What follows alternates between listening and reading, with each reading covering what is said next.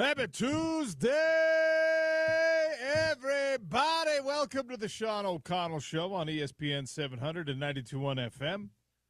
Our show today and every other day is brought to you by our friends down at Big Willie's, 1717 South Main, Utah Sports Bar, Salt Lake City Sports Bar. It's a great place for you to get to any game that you don't have tickets for. If you wanted to watch ALCS Game 7 last night, Big Willie's, the perfect spot. If you're looking for a Mammoth viewing party, watch party, you don't have to go to the Delta Center for, Big Willie's tonight. Cold beers on draft, freshly refelted pool tables, screen after screen after screen that you can watch whatever games or drafts or sports that you enjoy. Head down there, tell them that OC sent you, and they're going to enter your name into a drawing for 2 club-level Mammoth tickets. You actually get to attend that game with Pat and Michelle, the owner-proprietors of Big Willie's. They're awesome people. I've known them forever, so something that you'll absolutely enjoy. Head down to Big Willie's and tell them OC sent you. So, look, we don't usually start the show with baseball, but the playoffs, the American League Championship Series Game 7, gave you all the drama you were looking for, if that's what indeed you were looking for. My heart breaks for the Seattle Mariner fans, and we actually have one of our sales guys on staff here, is the biggest Seattle sports market homer in the world, and most of the time, I have to tell him to shut up because he's talking about the Seahawks. Today, I extend my sympathies because that is tough.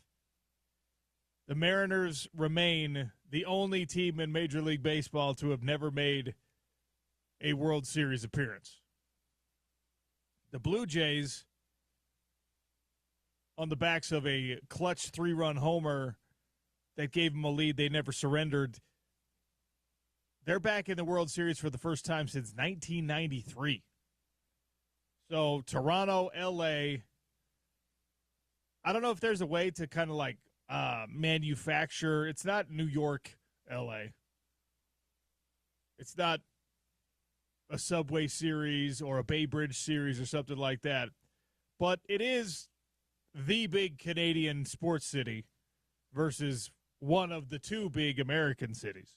Gonna have dual boos during anthems. Is that what's gonna happen here? We're gonna have. I hope we're not still booing anthems. The other night when we were at the Mammoth game against Calgary, there was no booing of the Canadian anthem. But I did have the thought enter the back of my mind though. I'm like, I wonder if any of the Calgary fans will. Did you think that? I don't think that when you're on American soil, booing the national anthem is a great idea. It's not the right tone to set for the people in the arena around you, right? Especially when, like you said, on American soil, but also not close enough to your city where you're like, yeah, we got a lot of our people here. There's a lot of Alberta. Look, there were plenty of Flames fans. There was plenty of Flames jerseys. Tusky, excuse me. I about called him Husky. Tusky booted one out of the arena with the fire extinguisher. With the fire extinguisher. So yeah, there was a good amount red jerseys there. That would be actually a really interesting experiment to have somebody run where you boo the national anthem when you're the visitor. Right? Like you go to. Because even in Four Nations, that was not a TD Garden in Boston. That was when it was in Montreal, right? Yeah, dude, you're not booing the American national anthem when you're in the United States of America. You're going to get in a fight if you do that. Like there's going to be somebody who even that early in the night has been pre-gaming, and they're going to have a thing or two to say. I'm glad. I don't think we'll have it in the World Series. I certainly hope we don't have it in the World Series. But Toronto, L.A., in the upcoming World Series. So we'll keep you abreast of all the details as they emerge on that one. Hopefully the Blue Jays take them down. I'm Blue Jays feel you sick of the Doyers? Well, they feel like the underdog, and I'm like a lot of people a bit of a sucker for the underdog. Although Blue Jays, I mean, for an underdog, they've got home field advantage in this series. they're very talented, obviously, but just Dodgers have like every all-star in Major League Baseball on their team. So, and Dodgers are that team, one of those teams for me, OC. I have no reason why I've never liked them, but I just have never liked them. Do you have teams like that where you're like, they're not a rival, they're of a team I have? Yes. I just don't. It's like whatever. You bother me. Yeah, and actually one of those teams is the New York Giants. Okay, and now I'm begrudgingly developing some affection for the New York Giants because of Jackson Dart, and even though I hate what Cam Scatterbo did to the University of Utah, he's just the kind of football player you like watching. So fun. And even though I feel bad for all of the people that he certainly bullied on his way through elementary, middle, and high school, he's just, as a football player, he's a lot of fun to watch. So I've always just been like, ugh, the Giants. And same thing a few years ago, I had to get over that feeling with the Bills. I've always not liked the Bills. I knew that about the Bills with you, yeah. I was always just like, the Bills. But now that they've got Cole Bishop, Dalton Kincaid, and, before that they had Starr and they had Zach Moss for a time, I was just like, man. Did you know Sly spent a year in Buffalo? I didn't even realize that. He's mentioned that. He's mentioned that before because he's known around here as the Pittsburgh Steeler, right? Yeah. Because he spent, like, every year there, but apparently may have been his last year. He had a cup of coffee with the Bills.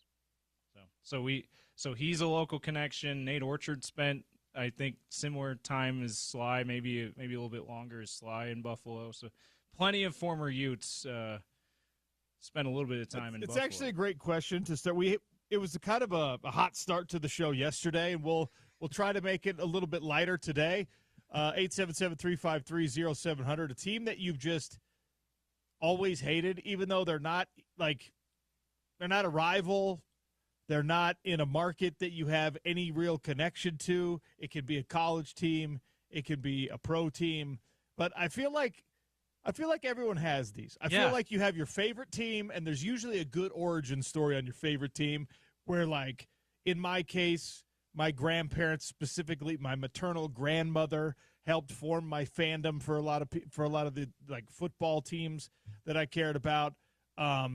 The experience of going to games as a kid, or your older brother liked this team, so you chose the opposite, or whatever. There's always a good story for your favorite team, and then your least favorite team usually is a rival of whoever that is.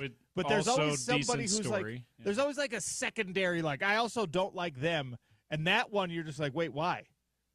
I don't have an explanation for you. And there's also usually I'm a Niners fan, right? So it's Niners, bang, bang, Niner gang till I die. But it's also like in the AFC, because they're a little bit less of a threat, I always have like a secondary team in the AFC that I'm like, all right, I'll watch that team. I like that team. And I think the same is true for people in baseball and basketball, things like that. So text in 877-353-0700. The team that you can't really explain why, but they just, like the cut of their jib. Yeah, they don't. You just have never liked them. The Braves are another team like that for me, which I know is a weird thing for this market. Apparently, this market is like Atlanta West for the Braves. Is that a Dale Murphy thing? I think Dale Murphy's a big part of it. I think also the fact that there's Cubs fans around the country because of WGN and being free on every cable service around the country and free for so long to watch the Cubs. It was the same thing with TBS with the Braves for decades. But there's so many Braves fans here, and I just am like, I could care less about anything they do. I'm sorry. And when they won, even though they were playing the Astros, and we all hate the Astros because they're cheaters, I'm like, Dusty Baker was the manager. Kind of glad the Astros won. I had a distaste, or wanted the Astros to win. My distaste for the Braves came from my early childhood as a Twins fan. Twins World Series. World Series. You can't like the Braves. Was that the 91 series? Is that, or did they play again? That was the 91 series, right? Kirby Puckett, super famous home run in that series, right?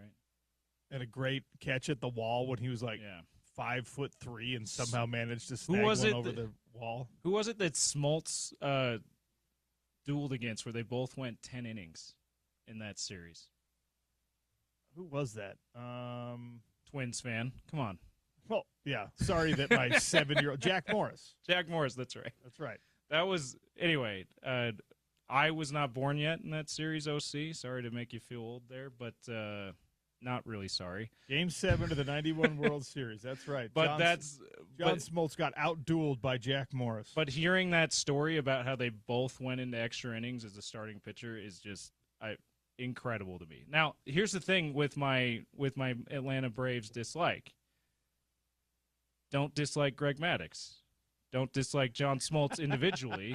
Just like them collectively. Don't even dislike Chipper Jones necessarily individually. Just collectively with that jersey on. I'm just like, I don't know. I can't root for you. Yeah. It's weird. I get it. So text it in, 877-353-0700. The team that you're just like, we don't like you. 0331 says Dallas Cowboys. Yes. Okay. Also, 7889 says the Globo Gym Purple Cobras. But that's a rival, right? Because we're all team average Joes. We're that's all, not we're all the same. team average Joes. It'd be like, what's the one, Skills That Kills? That'd be the one that would qualify here, okay? Okay, I love the text line. The text line sometimes reads your mind and knows what you're going to get into here. 877-353-0700. Keep texting in the teams you don't like for whatever reason or for no reason. This is not. And why is it the Dodgers for everybody? This is off topic. This is wild, but it's also on topic with something I haven't even mentioned yet today that I wanted to get into today, which I teased the larger fallout, if there will be any, for the rivalry game loss for Utah and the nature of the loss for Utah, because you didn't get blown out. There's very few blowouts in the history of this rivalry, if we're being honest. You didn't get blown out. You didn't get outpaced talent-wise necessarily. You made a couple of bad decisions, a couple of bad gaffes in execution, and it's a 3-point game. And by the way, the same would be true if we were talking about a Utah win, that the programs right now are evenly matched and on an equal plane in a lot of areas. And I realize as a Utah fan, that is hard to process and that is hard to swallow because BYU caught up so fast. And there was a time, you go back to the middle of that 10-year, 9-game winning streak for Utah, there was a time where most of us thought, man, this rivalry is never going to be on equal footing again. Because in those years, BYU had quality starters. They had 2 or 3 guys that were like NFL caliber players, and then everybody else, 2 or 3 of the starters would not be even on the Utah football team. Most of the backups couldn't hold their water against Utah. And the outliers were honestly, more like the Mountain West version of BYU than the current version of BYU, right? And so it's hard for us to accept the idea that BYU has caught up. There are people out there who say they haven't just caught up, they have surpassed you. And that isn't true. That's not true yet. If you keep losing these rivalry games, it will eventually be true. But I had this argument with my father-in-law because they live in Provo, and I didn't want to deal with traffic like game day traffic, so we went down early. And we were talking about how the game was going to play out, and I was talking about the matchups in the game that I thought mattered most, and he was doing the same thing. And we had a discussion about the defensive backs for BYU. And I said, look, this is always a place that is going to be hard for BYU to keep up. Jacob Robinson is an excellent player. I made the case. I said, I don't think any of the defensive backs for BYU would start at Utah, even though it is a down year of sorts for Utah, with the exception of Smith Snowden, who probably could have started on most of the Utah teams we've ever seen. I don't know that, well, sorry you keep catching strays, Teo Johnson, but Teo Johnson is not that dude. Jackson Benny is an awesome player. We're doing this on Tuesday now, too, OC? Jeez. I'm moving off it as fast as I can. Jackson Benny is a great player. I don't know how much Jackson Benny would be, first of all, a team star, much less a starter, on some of the deeper, better defensive backfields we've seen. Like when Julian Blackman and Marquise Blair are back there, do you need Jackson Benny, the former walk-on, to be great? I don't know, right? So we were having this discussion about kind of the talent distribution on these teams. And I've been, even before the Utah game, I've said, look, Bear Bachmeier is a special talent. He's young right now, but he's going to be something special. And so it evens out. The numbers even out at the quarterback position for these two franchises. I think that Utah's offensive line, from a NFL talent standpoint, is better. From an execution in the game standpoint, functionally, BYU's offensive line was very close to as good. Defensive line, well, that's where people start to wring their hands and worry, and this is where the gap comes in, because BYU right now is in a position in the minds of some Utah fans to come in and steal your best players, because that's what happened with Keanu Tanuvasa. Salt Lake Tribune reported on Saturday that the same attempt was made with Caleb Lomu unsuccessfully. So, again, are they really outpacing you? Do they spend more money? Yeah, I think they do. In the transfer portal and NIL, I think BYU pays more. And I think that everyone I've talked to at BYU and outside of BYU has said that they made this big final push on NIL deals before the College Sports Commission took over, before NIL Go became a thing. Like, that was strategic for BYU to flood the market with Cougar money and say, hey, come play here, before there's more paperwork involved, before it gets messier for us to try to do this. And they were very successful in the transfer portal this offseason. On the offensive line, obviously with Keanu Tanuvasa and Carson Ryan specifically being stolen from Utah. But I don't think it's fair to the Utes yet, or to Utah boosters, or to the Utah collective, what remains of it, or to the athletic department as a whole, to say that, well, now you've lost ground and BYU's passed you. Have they caught up? Obviously, yes. Is this season evidence that them catching up puts them on the exact same plane that you have been as a contender in the Power Four leagues, with last year notwithstanding? Yeah, it does. BYU, you have to give them the credit for where they're at right now. They've got excellent coaches that they're able to pay now and to retain, in terms of head coach Kalani Sitake and his assistants. Excellent coaches. You've got facilities that are on par with a lot of places. You've got NIL, which is now the most important thing, NIL opportunities for these players that really, honestly, keeps up with everyone else in the Big 12, save Texas Tech. And there's worry in Salt Lake City that is not true of the University of Utah. Here's the thing. Texas Tech can pay anyone they want at any position. Utah is still in a spot where they operate under a salary cap, so to speak, even with this addition of revenue-sharing money. That's just a slight increase in the salary cap, but everybody got that slight increase. Slight might not be the right way to say it either. They all got the same increase, okay? And this is where things get messy for me. This is where the transfer portal is a bad thing in college football, and NIL is a bad thing in college football, because you start to see, especially at places where maybe you don't have the best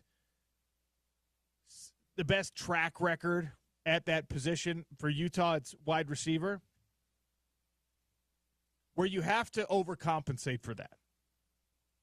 And Utah had to make decisions in the NIL space about where are we going to prioritize.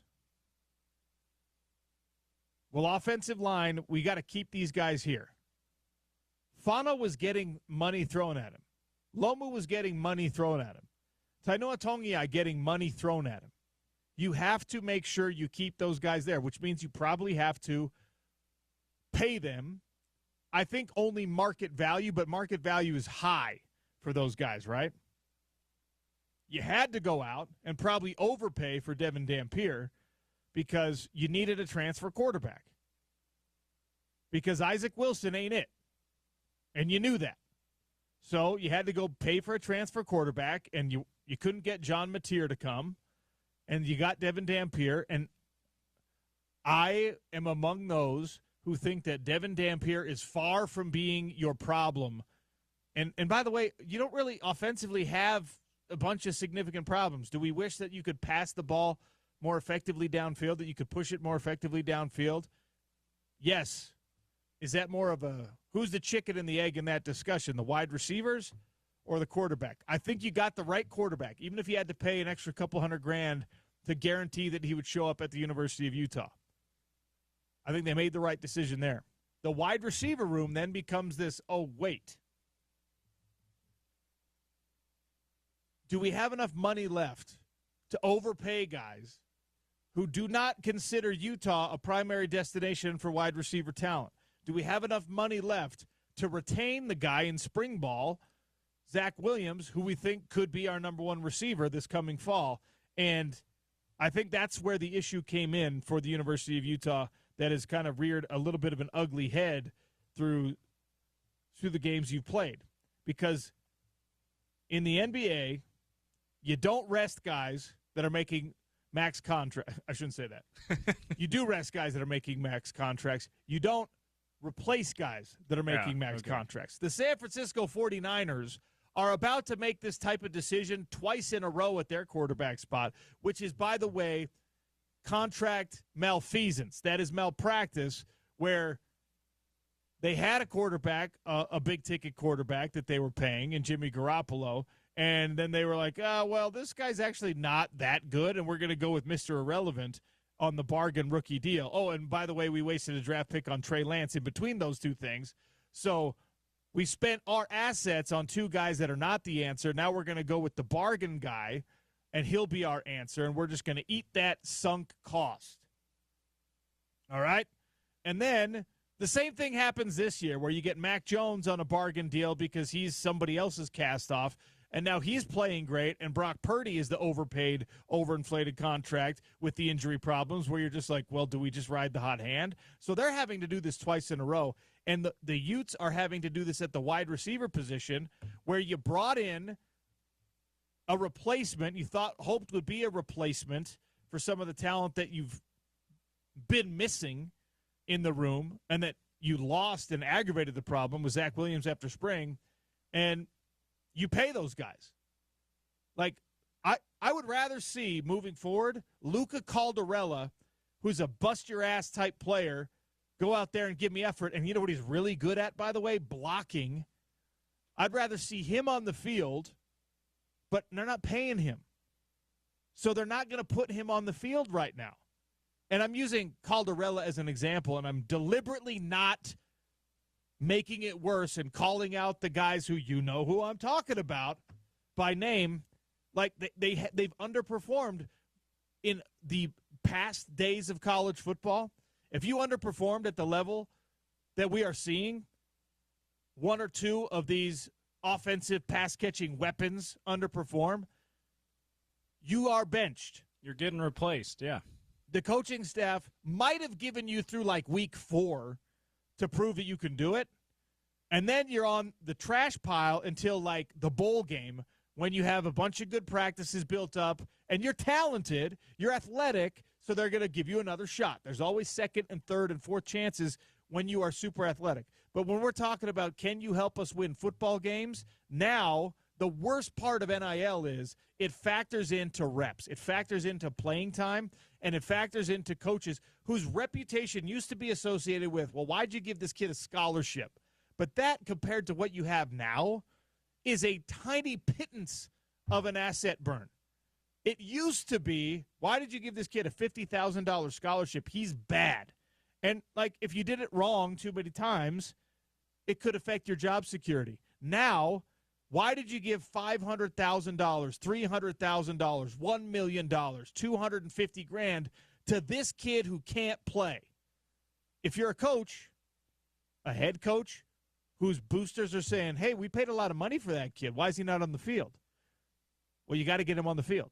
If you're a position coach who told the head coach, I need that guy, give me $400,000 for him, you need to play that guy so he could get himself out of whatever 7-game slump he's in. And now you're just like, well, I'm not going to the backup. I'm not going to the, well, he tries real hard and he executes, but he's not quite as fast. He also can't get behind a defensive backfield. Like, I'm using it with the wide receivers at Utah as an example, but it's true at every school, at every position. If you're paid, you get to play extra. It gives you an extra chance or chances to make up for the mistakes that you make. There were times in this football program not so long ago that if you dropped balls, if you fumbled, if you did things you weren't supposed to do, if you missed blocks, we did not see you anymore for a couple of games at least. And as harsh as that was, and as probably unfair as that was at some points, it was a pure meritocracy of how did you grade out on film, and we did not factor in pay at all. And guess what? Keanu Tanuvasa, he had a pretty solid game against Utah. He has not been worth the money they paid him this year at BYU. Not even close on the field. Maybe his contributions to the culture as a captain are like thought of differently down there. But as a player on the field, the numbers that we've been told he makes for BYU that they paid him to transfer down there and the production that he has put forth, even with the Utah game where he had a nice pass breakup, he had an important, the last play of the game, it was him who had the stop. He was there on one of those fourth down stops. Like, he had some big plays in the game. But if you take the whole body of work halfway through the season plus one game, you're probably looking at it from an objective standpoint and just being like, dang, dude, we overpaid pretty drastically here. But guess what? The coaching staff does not look at it and go, well, let's see what these young guys behind him can do. Because you paid him $1.5 million or whatever it was. And I don't know where the threshold on that number is. I don't know where the line of demarcation is. Maybe it's over $100,000. It would all depend on your NIL budget. It would all depend on what the collective is bringing you. It would all depend on how bad the underperformance is. But there's got to be a number where, like, hey, if we pay this kid over $250,000, you have to put him on the field. And I think that is a problem. It is a problem for the University of Utah right now, and I think it's a problem everywhere in college football where the meritocracy of performance has now had to fight with what's his salary? That's been an issue in the NBA, that's been an issue in the NFL, that's been an issue in every pro league for time immemorial. This guy's overpaid. And so, I mean, the NFL has a better outlet for it, or a better escape clause, because they can just cut people. Yeah, there's not fully guaranteed contracts. We've had a few exceptions to that with some quarterbacks, but no fully guaranteed contracts in general. Which is why guys are so obsessed with their guaranteed money now. Yeah. Because they know how brutal the business is. And even the most confident player knows that, like, man, if I get banged up, if I get injured, if something doesn't work with me in this system, that's why everyone is like, give me the signing bonus and the guaranteed money, and the rest of that contract is kind of fake. Yeah, it really is. It's that's why when I report that kind of stuff, when I read those kind of headlines about that for our SportsCenter updates, I say worth up to. And you see that written in the articles about it. Yeah, this is worth up to this much, because it's not likely that the player's ever going to see that much money. By the way, OC, just going back to that texture that started us off on this point here, one of the main points that this great text makes is that BYU only beat Utah by a little bit the last couple of years. Well, if you look at the 9-game win streak Utah had, did you know that even with the 44-point win in 2011, even with the 18-point win in 2019, the average combined margin of victory was only 10 points? That's like that. I don't think margin of victory has anything to do with whether or not one of the schools has surpassed the other. It's if you haven't won in a while. And I don't think 3-game losing streak and 3 in the last 5 years counts as enough to say you haven't won recently enough. But if it gets to 5, 6, 7, then just like we saw with Utah surpassing BYU in the 2010s, you're gonna feel that way. It's probably going to be a reality that BYU has surpassed Utah if it gets to that point. Right. Well, it doesn't matter if it's 1-point wins the whole time. And the nature of recruiting especially makes it so that, like, if you can go into somebody's living room, you're Kalani Sitake. By the way, like, Kalani could not have come off looking better after the Utah loss. Absolutely. Like, he's a great person, first of all. You'll never hear me say bad things about Kalani Sitake as a coach or as a person. And not only did his team win, but then he goes out there and he sets a great example that anyone would want their son to go play for him. Like, BYU's only real problem right now in recruiting is that they are BYU. Everything else points to, yeah, this is a good school to go to. NIL opportunities. Work-life balance, so to speak. Great coaching staff. And a good football team. The only downside for BYU right now is, well, you're still BYU. You still have kind of this weird culture that not everyone fits into. If you're LDS, that's the place to go right now, okay? You do have some cultural quirks that don't work for every person, from every background, for every family. That's like the only thing working against them right now. And you can't keep losing to BYU specifically if you're hoping to win these in-state battles that at one point were pretty lopsided in favor of Utah in recruiting, are now starting to balance out, and we'll see how it works out for the class of 2026, the class of 2027. That's the biggest reason why you have to win. The long-term fallout of, hey, is this team outpacing you? Well, the fans can say, yeah, we've won 3 in a row. You haven't beat us in 5 years. Of course, right? Can you go sit in someone's living room and say, we could pay you just as much as BYU is going to pay you, because that's what matters right now. And also, we still develop more NFL talent than they do. Thank goodness that's true for Utah. And if you look at the way these games worked out, which now you're really getting in the weeds, and I don't think recruits pay that much attention to it, but if they ever did say, well, how come they keep beating you? Well, hopefully you don't say it was the analytics, and you say, go watch those games and tell me that with you playing safety for us, we wouldn't have won that game. Go watch those games and tell me that if you were our right tackle and we're running that quarterback off tackle, you don't pancake your guy and we get in the end zone. That's your hope in winning these recruiting battles continually in state. But, James, you're absolutely right. This is the longest losing streak for Utah since Lavelle Edwards was the coach at BYU. Yeah, what, late 80s, early 90s, right? Early 90s. It was like 1992, I think, when they went 3-0. So you have to reverse this now, and if you're looking at the how do we reverse this now, it's not this, oh, well, we better find $1 billion donor. It's not this drastic margin that separates these teams. It's not. Don't let anyone tell you that it is. It's you can't afford in today's Big 12 and in today's college football landscape, you can't afford to make the wrong decisions in-game, to make the wrong play in-game more than like 4 or 5 times against a team that's on your same level. And BYU is on your same level now. There's no denying it. There's no – if they were close enough in the Pac-12 era to keep it close in a lot of those games, you're certainly no longer able to say, well, we're big brother, so we can get away with this. You can't. We'll get back into this later on in the show. Thanks to everyone who's texting in. I love hearing from you. Keep it coming. 877-353-0700. Sean O'Connell Show brought to you by Big Willie's continues next with Gordy Chiesa on ESPN 700 and 92.1 FM.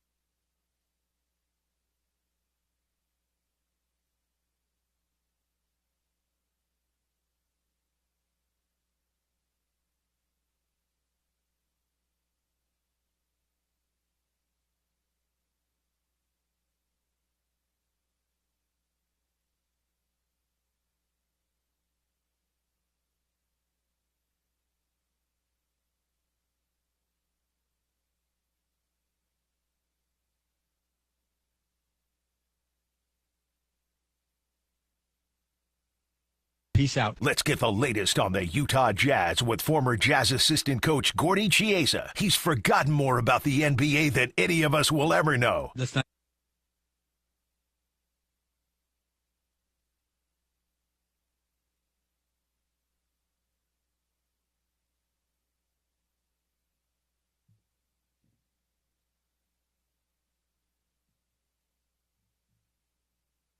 Welcome back to the Sean O'Connell Show. Welcome in our resident NBA guru, Gordy Chiesa. The conversation brought to you by Aladdin Industries, your Velux dealer. Gordy, welcome back. How are you, sir? Sean, I'm doing fine. Thank you. Okay, so the holiday, your favorite holidays of the year, Christmas, Thanksgiving, and the start of the NBA regular season. Where does this rank as we're getting going for real? Highly important, but also you left out my favorite day is Valentine's Day. What are you talking about? Yeah, you're such a romantic. I forget these things, Gordy. Exactly. And also, I love Bastille Day for all the Frenchmen that I know and all the guys in the NBA, which is it's always in July. So you and I celebrated Bastille Day in the studio in July. Yeah, that rings a bell, Gordy. Arbor Day was a big one for us too. That's we cover all the holidays here. Yes, but the holiday tomorrow, it really starts tonight, to just say. The Jazz play tomorrow against the Clippers. The NBA, just like the NFL, there's nothing like it until you go through it. There's so many ups and downs, and you think you know what's going to happen, but you do not. That makes it so wonderful, unpredictable, and that there's no experts in this thing because it's called human behavior. And it all starts tonight. Tonight's these NBA 80th season in existence. And in Jazz basketball, tomorrow night, the Jazz will be in their 52nd season of a franchise. And for the Jazz point of view, for the fans that go to the game and are also watching on television, that they'll see a patch on the Jazz player's uniform that says Frank. They're honoring the great, iconic Frank Layden, who was the architect of the Jazz success for 20 straight years, Jazz making the playoffs. Frank will have a patch on the Jazz uniform, which is really kind of neat. That's awesome. I'm glad they're doing that. The games tonight are on NBC, which it's a return for the NBA. How much do these network relationships matter from like a player coach perspective, but just as a basketball junkie like yourself, the NBA back on NBC? My memory bank's showing that so many in Jazz basketball history, playoff games with Marv Albert doing the game with Bill Walton and Snapper Jones, and also with Matt Guokas. And so in the Jazz heyday is that NBC with that great jingle by John Tesh, who wrote the jingle about the NBA on NBC. We all know about it. It's legendary, and it does bring back a lot of memories. And that shows you the power of content, is that every mainstream, as far as network or streaming services, want content that's present in live, meaning live, and that's why they're willing to pay billions of dollars for the contract. So again, NBC in the 1990s was absolutely the eyeballs that everyone watched with that famous peacock. All right, let's talk about the four teams involved in the game tonight. Rockets, a little bit of a new look. Obviously, the Thunder are a team to be reckoned with. And then Warriors, Lakers, I guess we have question marks about whether the Warriors can keep the dynasty alive continually. The Lakers now have a full offseason of Luka and LeBron together. And I think this is, the NBA does it by design. These are four really interesting teams. Let's go through each of them. Let's start with the Rockets. What are your expectations for this Rocket team? High. They're going to be a really tremendous team. They added Kevin Durant. And with him, they get a guy that can score points at the end of a game, and that's what they're missing last year. They play really good defense. They try to share the ball, and they're gritty by nature, but they need more scoring. And by getting Kevin Durant will help them tremendously. The problem now is Freddie VanVleet, we all love, is out for the season. Now the question is, can Reed Shepherd, who's the third pick of the draft 2 years ago, in 2024, can he come in? If not start, then come in off the bench and really contribute. Amin Thompson is a young talent. Jabari Smith's tremendous. And let's not forget the Turkey big man that's got, I'll call him he's a poor man's Jokic, and that's a compliment, Alfaron Şengün. So they're going to be good as far as they'll be right there in the top of the of the Western Conference as far as in fighting for the high seed. For the Lakers' point of view, Luka should be very good again this year. LeBron's not playing for the first month until November 15th or so with that nerve damage in his back, his lower right back. And so they've got to try to hold the fort without him. They're certainly capable. And their bench got to come through. As always, when you have so many top-heavy players as far as salaries, which is commendable, and it's really smart to do that. However, their bench has got to play. And some of those bench guys that they need big years from, overachieving years, would be guys like Gabe Vincent, that he's got to come through for them. Marcus Smart, Dalton Knecht, Jared Vanderbilt, former Jazz man, Jackson Hayes. They've got to play. They added DeAndre Ayton, who's a highly talented / underperformer. Now he gets a do-over with the Lakers. Can he come through for them? And also Austin Reeves, Luka Doncic, and Rui Hachimura should be the starting lineup. With the Thunder, they reached kind of new heights as a franchise just last season. Can they continue the momentum there, or is this franchise kind of a one and done in your mind? No, not one and done. Not at all. Absolutely not. And they'll be fighting, bite, and clawing. Now everyone's going after them. So I have the Nuggets beating them in the conference finals, but it's not disrespecting them. And the Thunder have a tremendous core of young players. They play the right way. My instincts tell me that it's going to be a Nuggets year this year. We left out purposely for second the Golden State Warriors. They're good also. Steph Curry, Pajensky, Jimmy Butler, Draymond Green, Al Horford now. Their bench is really pretty solid. Moses Moody, Gary Payton, Buddy Hield, Jonathan Kuminga, and Quentin Post. So they have a whole bunch of guys that they have a good bench, the Warriors. And their question is always going to be is health. So the Thunder are real, the Nuggets are real, and the other teams, Rockets are real. Everyone else has tremendous players. Can they go over the hurdle and knock them out? That makes it so fascinating. All right, let's focus in on the Utah Jazz, who, as you already mentioned, start with their season tomorrow night. It'll be Clippers, Jazz to start things off. And I know it's always a long season, but we've talked about this many times. You got to start showing progress in the right direction. Are the Clippers a good team to start your season with to get a little litmus test on this Jazz squad? Yes, Clippers are good, and they have a bunch of players that are veterans, one of the oldest teams in the NBA.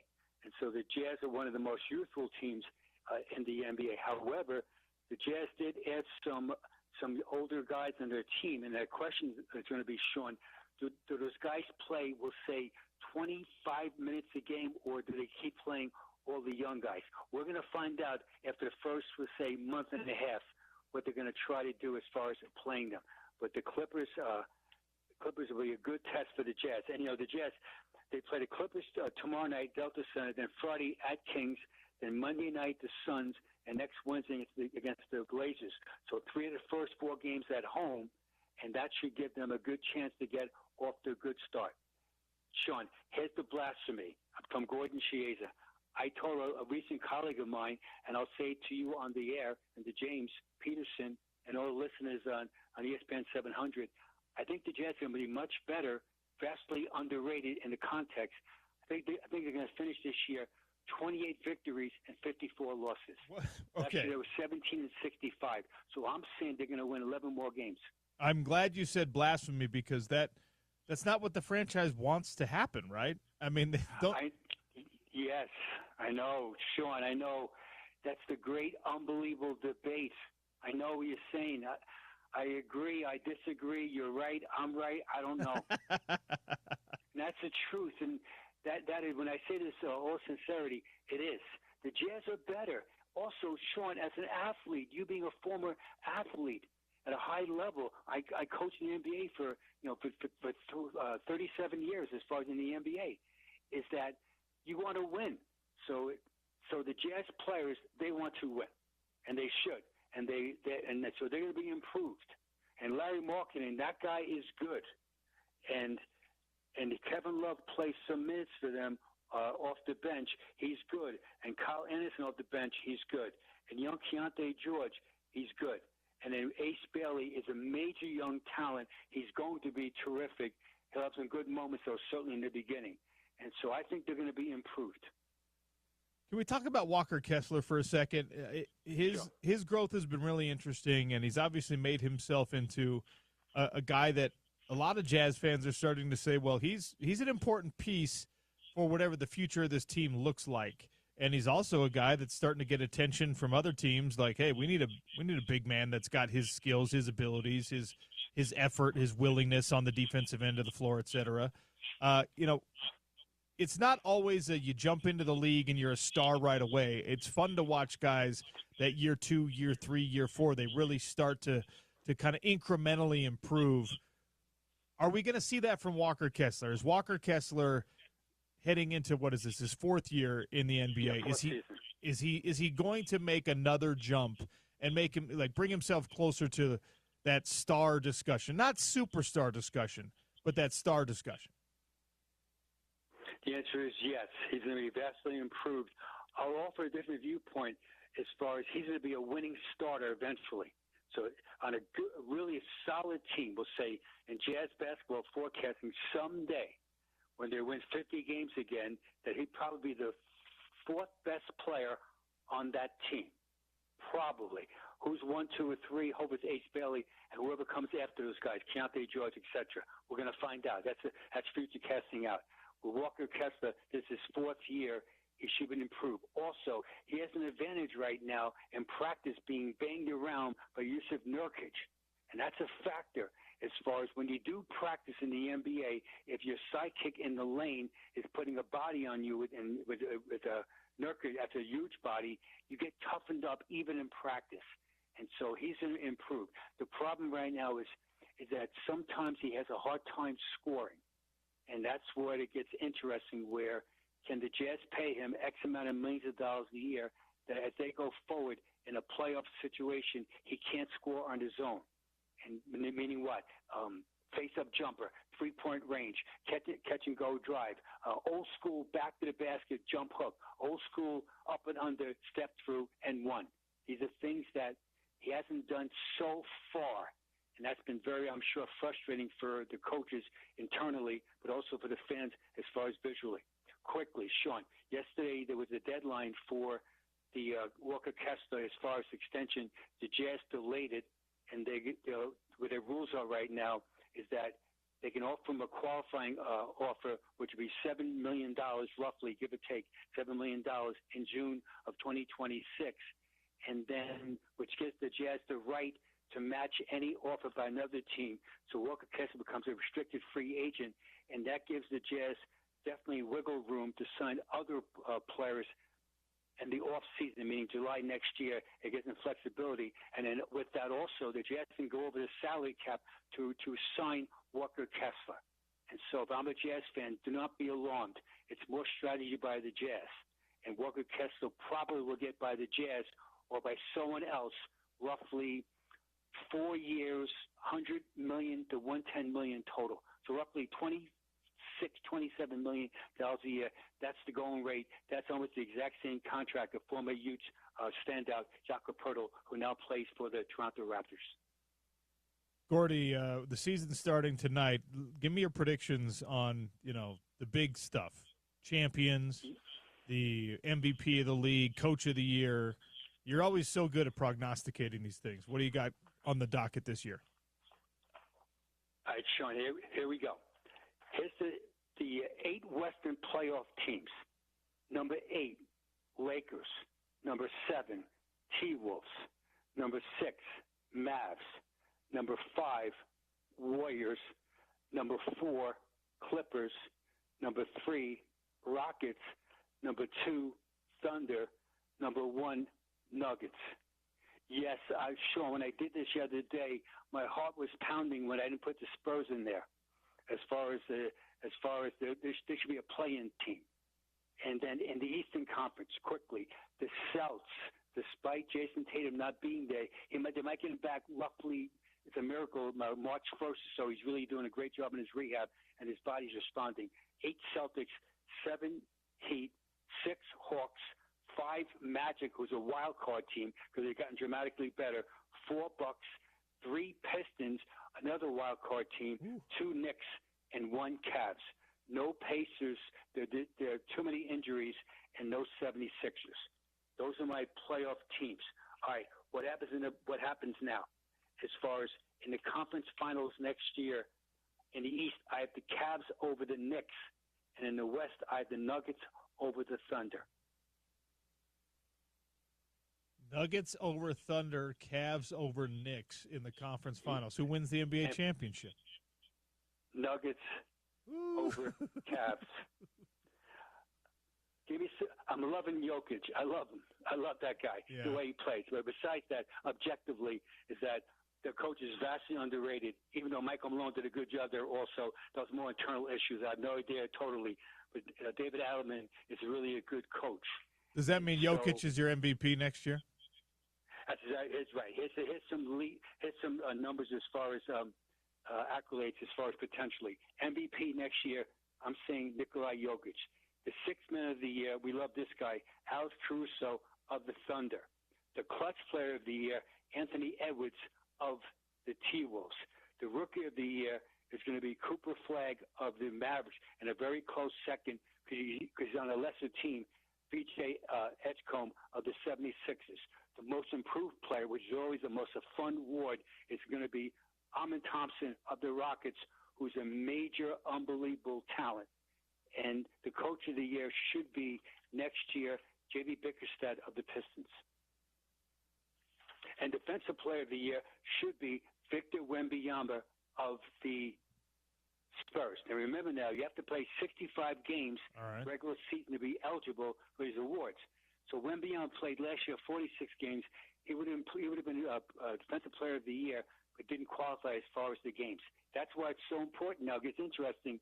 Where do I sit a guy out that's not really is a star player? Do I sit him out? He's close to almost 67 games, 68. We sit him out then, but he's at 59, 60, and it's the middle of March. I'm going to play him. All right. Those are the predictions for Gordy Chiesa. Not only who's going to be in the playoffs, who's going to win the conferences, who's going to win the NBA championship, and all the individual awards. Gordy, you're the man. Enjoy the first night of the NBA regular season tonight. We'll talk with you again on Thursday. Great. Thanks, Sean. Peace out. That's Gordy Chiesa, our resident NBA guru. That conversation brought to you by Aladdin Industries, your Velux dealer in Utah. All right. We'll double up. Jerem Jordan is going to join us next for some red and blue. I know. It's going to be a tough one for some of the Utah fans to listen to, but we're going to do it. Sean O'Connell Show on ESPN 700, 92.1 FM.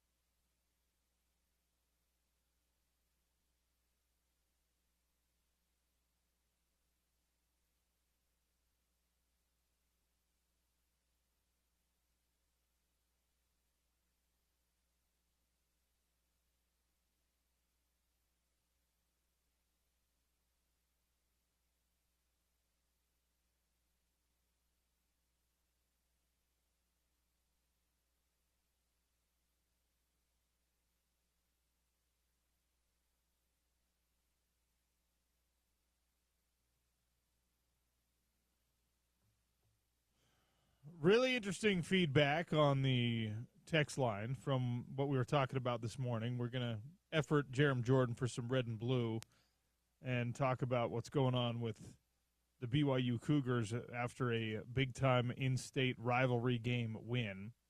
67-54 said this. We were talking about whether or not BYU – I mean, look, the Cougs have caught up. Have they passed Utah just because they've won the last three? And the two that matter in the Big 12 Conference, I think, are the more important. Like, we're not going to revise history here. They've won 3 in a row, but the last two have been far more significant than the one where Charlie Brewer was starting down in Provo, which is just such a – I can't even believe we have to say that. So they won 3 in a row. Have they passed Utah in a regard that now you have to worry about? The NIL stuff is cause for concern because the Cougs seem to have deeper pockets, and that is absolutely consequential right now in college football. 67-54 says in-state recruiting is an area that BYU has passed Utah. May just be the tip of the spear, but it's becoming really important because of the string of rivalry losses. This is honestly the most important part of the rivalry streak when it goes one way or another. The in-state recruiting. If you want to win consistently in college football, you better win in your backyard first. And I don't know, I mean, I don't pay enough attention to recruiting services, recruiting classes, to know whether or not BYU has actually passed Utah. I have to do a little research to who are the top guys in state and where are they going. I know that BYU's been very successful in that regard lately. I know that Utah's got the Pulik twins coming in, and they're very excited about that. And when you say in-state recruiting, you also have to count Idaho, because when it comes to football recruiting, Idaho is basically just an extension of Utah because they don't have a Power 4 team that they can steal recruits to. Boise State cannot beat BYU and Utah if BYU and Utah want an Idaho kid. So, I don't know. We'll have to look that up. Maybe that's a topic for discussion tomorrow. The outpacing of a team in NIL does not guarantee the outpacing of a team on the field. BYU has done a really good job, maybe a better job than anyone in the country, of translating NIL success and opportunity into absolute real differences in competition. In basketball and football, but basketball, you're kind of waiting to see if it gets them all the way over the hump the way that they want to. Injuries, obviously, are a factor there. And then in football, Texas Tech went out and they just purchased their way to an elite roster this year. Are they going to win a championship? Well, I don't know. Is BYU going to win a championship? I don't know. There's a lot of people that feel like BYU's not legit. I don't know if when you have a team that doesn't turn the ball over excessively and plays great defense, that you kind of have to call them legit. Oh, and by the way, they run very well. Anyway, we have a caller, 877-353. All right. I just mentioned Idaho. This caller is from Idaho Falls. Howard? Yeah, that's right. Hi, Howard. Good Idaho place. I'm a longtime season ticket holder that we drive to all the home games to and have a great time as a family. So awesome. We love the Utes. Yeah. All right. What's on your mind? Well, a couple things just kind of real quick.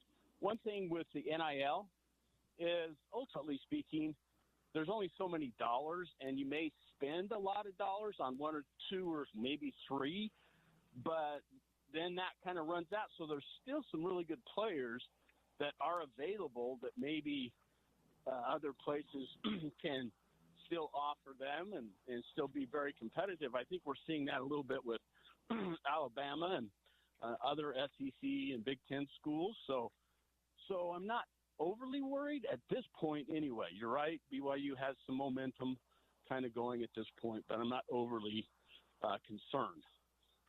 Second one is that as far as the game is concerned, I've coached at least at a competitive level enough to look at analytics, but I never let that govern, really my thoughts. It was more of a general. And it's not to the same level that Whit does, but still I think it has to be a gut feeling of what it is you're going to do. I would have been much happier if Whit would have just said, my gut said, let's go for it. Then the analytics said, let's do it. So, and I'm a Whit fan, I have been, but I didn't think that was kind of right. Wish we would have taken the points, especially on the first field goal. The last thing is, I felt like that BYU played with more emotion with players and coaches than Utah did. And I thought that was a big part of why they ended up winning the game. And I thought they played with a greater sense of urgency, which doesn't mean every play is going to go right, but every play was more important to BYU than I thought it was to Utah. So that was kind of my thoughts. I appreciate you sharing those thoughts, Howard. Thank you for the call, 877-353-0700 for anyone else. And Howard did a great job of articulating a point that I was maybe dancing around too much yesterday, that when you hear a coach say, well, the analytics said to do this, it's better for the coach to say, knowing that the analytics were influential in his own mind, it's better, in my opinion, and I think in Howard's also, it's better to have a coach say, or to hear a coach say, I thought we were going to get it.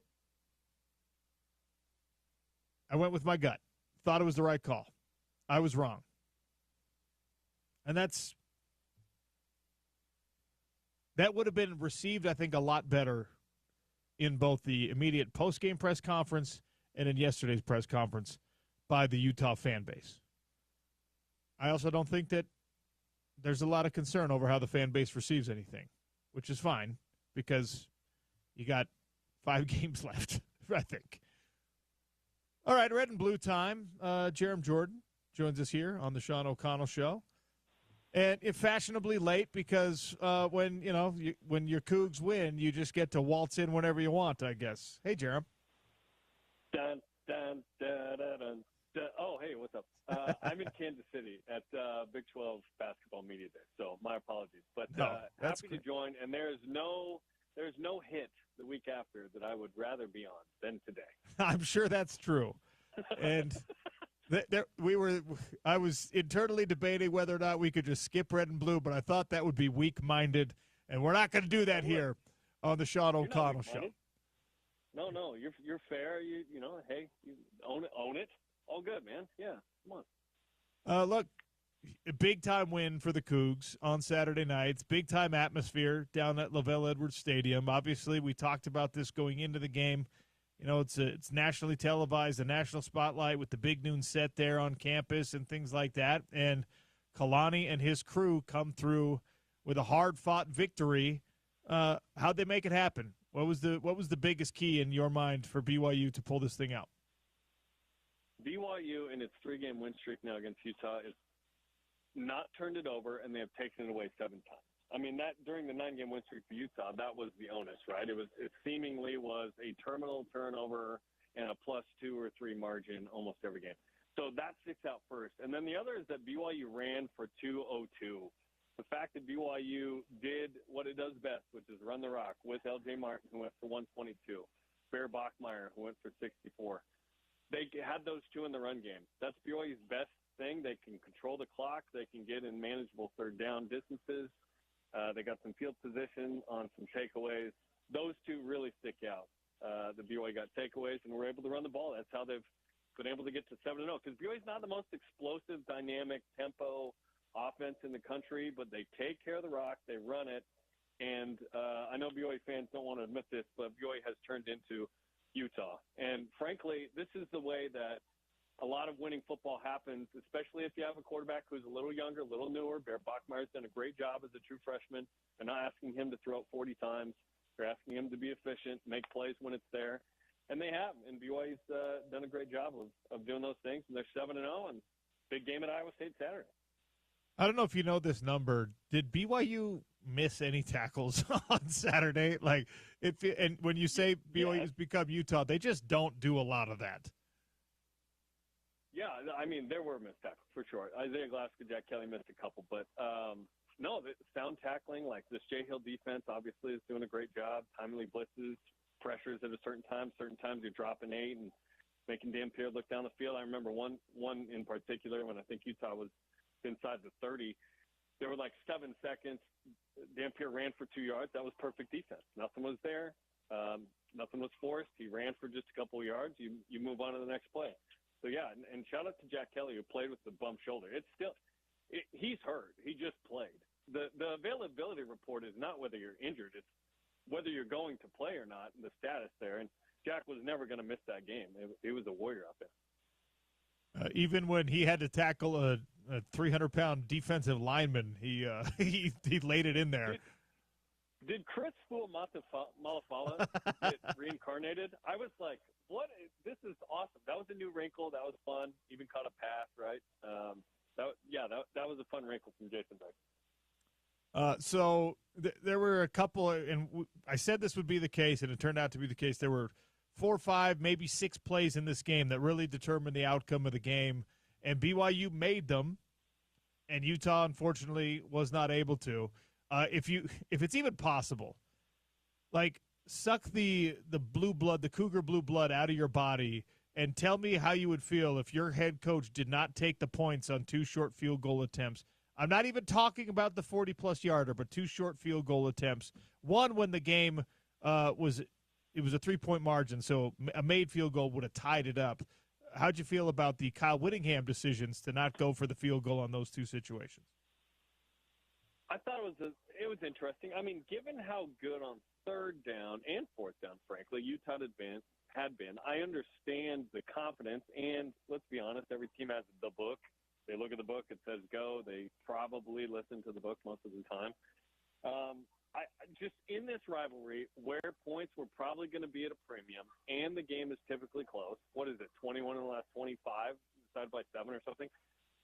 Yeah, you probably want to take the points here or there. I do wonder, you remember where BYU took a timeout and the field goal was attempted, but it was wide right by like 15 yards? Yes. Did Kyle look at that and go, we're not kicking? Yes, he did, actually.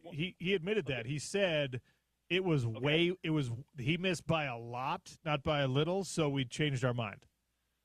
There you go. Okay, that makes sense. But then for the rest of the game, like, you just don't think you're going to make it? That's just tough because, I mean, if you put the pressure on BYU a little bit more, you have to lead a little earlier. Does that change play calling for BYU? I think it does. And so, yeah, that was probably a little frustrating, I'd imagine, for Utah fans. After the game, I was saying, weren't there 9 points there for Utah that weren't on the board that could have been had? I understand going for it on 4th and 1, though, when you have Dampier, but apparently his ankle was jacked up, and obviously they're bringing in, the backup to run a couple times, and it was like, what's up with that? Okay, yeah, he's a little hurt, so that probably influenced things too. Yeah, you go for it on 4th and 1, but you go with a jet sweep and depend on a wide receiver block on the 4th and 1. This is the whole show we did yesterday. I'm not going to do it again, but tell me your mindset. You're our glimpse into the BYU fandom, right? When Daniel Bray takes the ball 40-plus yards into the end zone and gives Utah the lead. Unfortunately for Utes, the defense that had been playing so well all game then surrenders a scoring drive to BYU immediately following that. But in the moment when Daniel Bray, in a very tight game where points are at a premium, gives Utah a touchdown and the lead, are you thinking, oh, we're fine, Bear Bachmeier is going to march this thing down and we'll be okay? Or are you thinking, we got a true freshman quarterback and this Utah defense is pretty good. Oh, my gosh, what's happening? Honestly, I felt pretty good because we had seen it against Arizona and Colorado. 4th quarter comebacks where BYU needed a drive, and they got it to win. And so, honestly, I wasn't that nervous. The true freshman thing has sort of faded away with Bear. Like, I don't know that we even think about it that much anymore. The only reason we will is if BYU wins 10 games or more, he'll be just the 5th true freshman since 2,000 to do that in college football. I mean, in FBS, it's a crazy stat. But BYU's on their way to doing that if they can just go 3-2, which honestly is probably what they'll end up. I still think BYU loses a couple of times. I know BYU fans don't like me saying that, but they've been living on the edge. They've done a great job in one-score games. They've made enough plays to win. Like, you don't win every single one of those type of games. You drop those games sometimes. And BYU is going to play some tough road games. At Iowa State Saturday, 2 weeks after that, at Texas Tech, who's still really good, at Cincinnati, who's like the ASU from last year in the league, it feels like. So, honestly, no, I thought BYU was going to go down and get a score. I really did. Jerem Jordan is our guest here on the Sean O'Connell Show as we go behind enemy lines. The red and blue perspective coming from Jerem Jordan. This conversation brought to you by Murdoch Ford down in Santa Quin. The games that are left on the schedule, like you said, Iowa State, BYU is an underdog. As an undefeated, highest-ranked team in the conference, they're a dog here. Is that a demonstration of overall lack of respect for BYU? Is it too much love for Iowa State as a home team? It's such easy bulletin board material, it feels like, for Kalani and his staff to say, you just beat your rival, you're still undefeated, you were an underdog last week against the Utes, now you're an underdog again against an Iowa State team that doesn't look as good as everyone thought they would be. I don't think they should be dogs here. What do you think? I actually kind of get it. And last week I understood it when Utah was similarly like a 2.5 point, 3.5 point, ended up being 4 by kickoff point favorite on BYU's home field. Obviously, road influences that. Bye week influences that, I think, for Iowa State. The response that they're going to have and getting a little bit healthier probably makes sense. It's not like BYU's been blowing out fools. It's not like BYU's been crazy. They've been efficient at times, but I mean, the numbers don't blow you away with BYU per se, although they run the ball well and they prevent the run and they have a good pass defense, all of that. But BYU shrinks the game because they take a while to get to snap the ball. They assess pre-snap a lot. I think a lot of that has to do with, one, they call 2 plays for Bear Bachmeier. He can pick one. He's checking into 1 or 2 right there. It's very like NFL-ish from Aaron Roderick with him right now. But the numbers don't pop. It's not like BYU's destroyed somebody that mattered quite yet. They're just win. Like, they do not care about style points. And because of that, I think Vegas goes, well, this team's still living on the edge. Let's make Iowa State the favorite because traditionally they're pretty good at home. Cincinnati obviously got a big win a couple of weeks ago. Iowa State losing on the road to Colorado. You know, I kind of get it. Like, I still think Iowa State is like a top 35 team, and this is a tough game that BYU needs to go in there and somehow pull off as well and keep this thing going. One of the more difficult things about the fallout here for me and trying to sell it to the Utah listeners, you kind of have to root for BYU to not lose a couple of games this year like you're saying you expect them to. If Utah has any shot of backdooring their way back into the conference championship race, obviously they need to win out. They need to be good. And you need for BYU to hand Texas Tech another loss, to beat Cincinnati. You kind of have to root for BYU now if you're a Utah fan, and I guess hope maybe you get a rematch somehow in the conference championship game. It's maybe one of the worst side effects of this whole mid-season rivalry game. Yeah, I wish this was at the end, right? Then the stakes would be even higher. But I don't know that it would have been like 1 loss and undefeated teams, right? They're probably coming in with 2 or 3 losses each. But, yeah, you're right. And honestly, Saturday was an absolute cluster for the Big 12 because Texas Tech losing is not good. Like, yeah, it's bad. Cincinnati's already lost to Nebraska. I don't believe BYU will finish this regular season undefeated. I think they'll have 2 losses, 10-2 probably when it's over. Like the one bid Big 12, and I just heard from Brett Yormark here at Basketball Media Days addressing everybody. He talked about this, and he believes there's 2 bids out there still, but I just don't think when Texas Tech loses by 4 on the road with a backup quarterback and they get dented 7 spots down, that tells you what they think about the league, the voters, and that's not good. Hopefully the playoff committee feels better about and looks at the metrics with this league. But, yeah, you need BYU to be an 11-1 team or Cincinnati to be 11-1 going into Arlington. And if there is a 2-loss team with a bunch of tiebreakers like you're talking about, that team would need to win for you to even have a chance at 2 bids. I hope it's 2 bids, but it's not looking good. Looking at there's 11 teams right now in conference play that still have a path some less likely than others, that still have a path to Arlington. 11 teams because of the way the conference record, and obviously that'll sort itself out.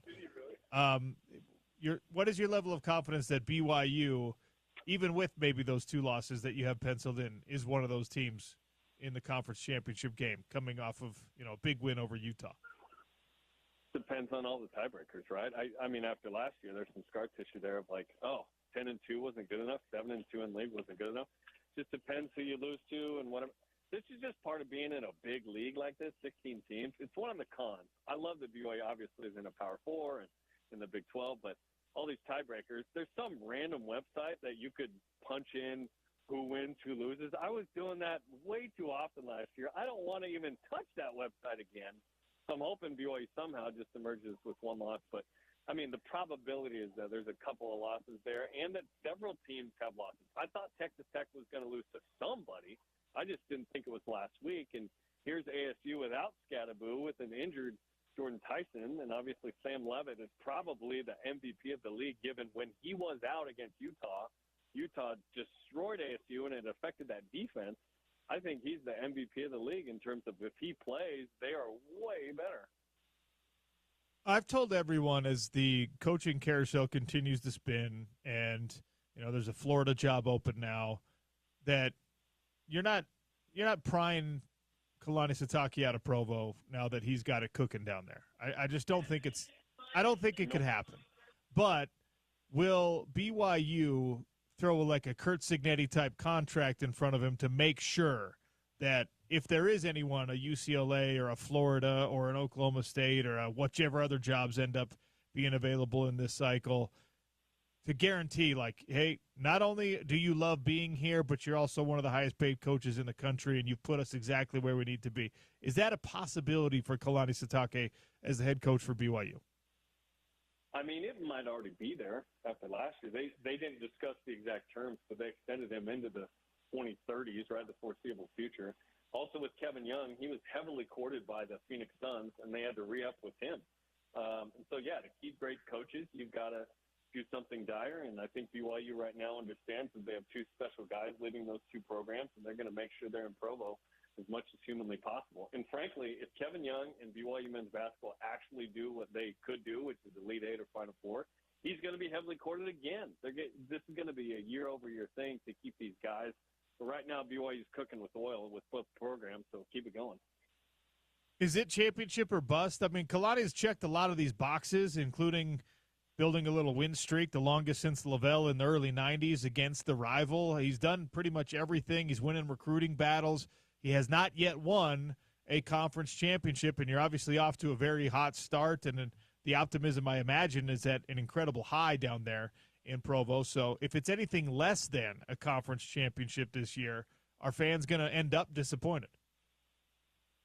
It's a good question. Have we adjusted those expectations quite yet? Maybe some fans have, but I think they understand that the real tough part of this, the toughest part of the schedule is right now, right? Like it started with Utah, Iowa State, Texas Tech, TCU, Cincinnati. Like, man, the tough part of the schedule is right there. So I don't know that people are like Arlington or bust quite yet.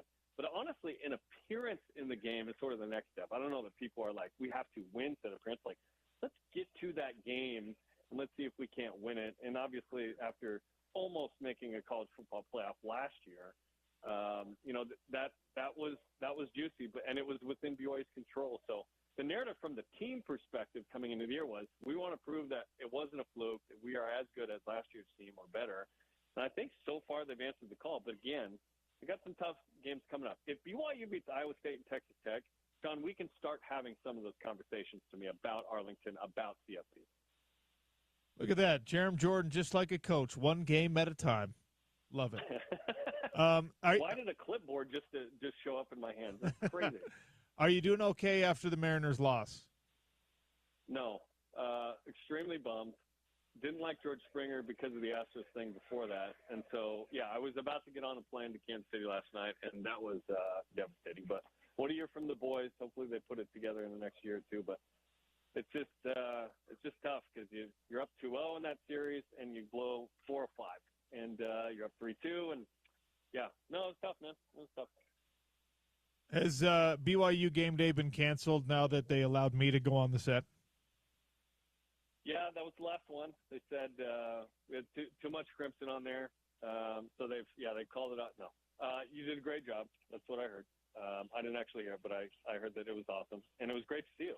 I noticed you grabbed like 3 cougar tails when you left the set. Is that true? I grabbed one. I will say this: they did not have the traditional maple cougar tail in the hospitality tent. They had the blueberry royal ones or whatever. And as delightful as it was, and not nearly as good as the original maple.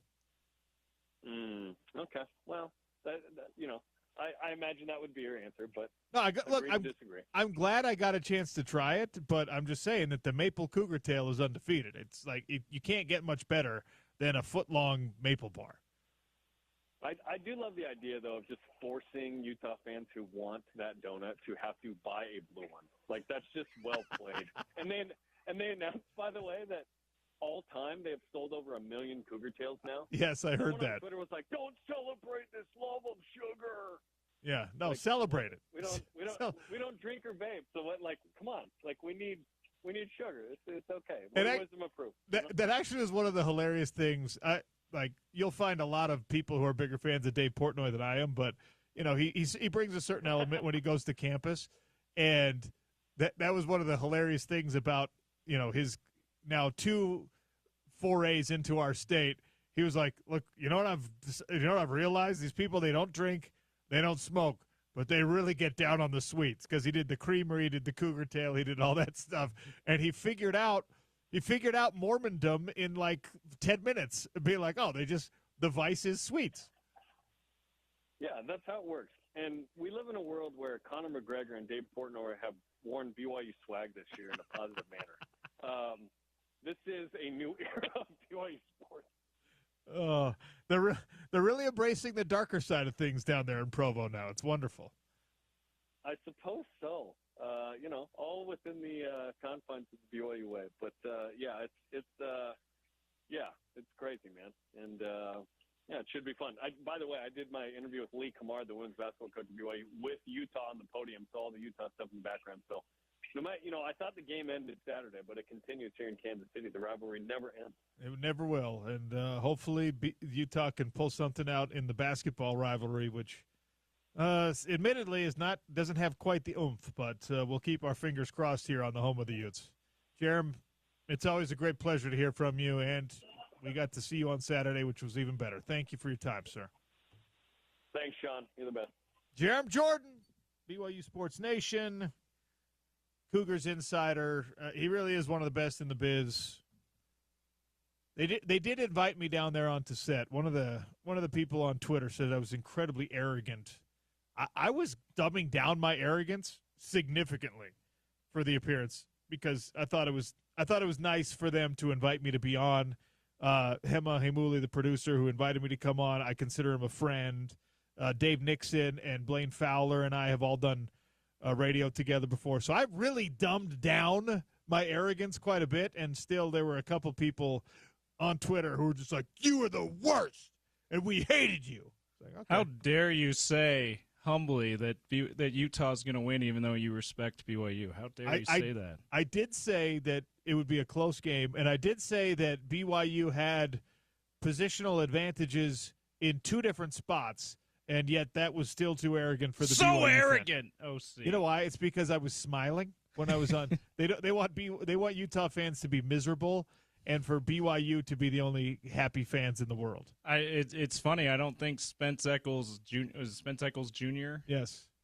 When I noticed he did an appearance on the show too, I don't think he got quite as many people saying he was arrogant on Twitter as you. Can I give you a little Maybe insight? He did. Can I give you a little insight? So the crowd who fills in, like, congratulations to BYU. The BYU TV thing, they really do a first-class production. I mean, I didn't realize they had the game day and Big Noon kickoff thing with people holding signs for the BYU Sports Nation pregame show. That was pretty cool. There is no market difference between the production value of the BYU pregame show and, like, the Big Noon kickoff pregame show.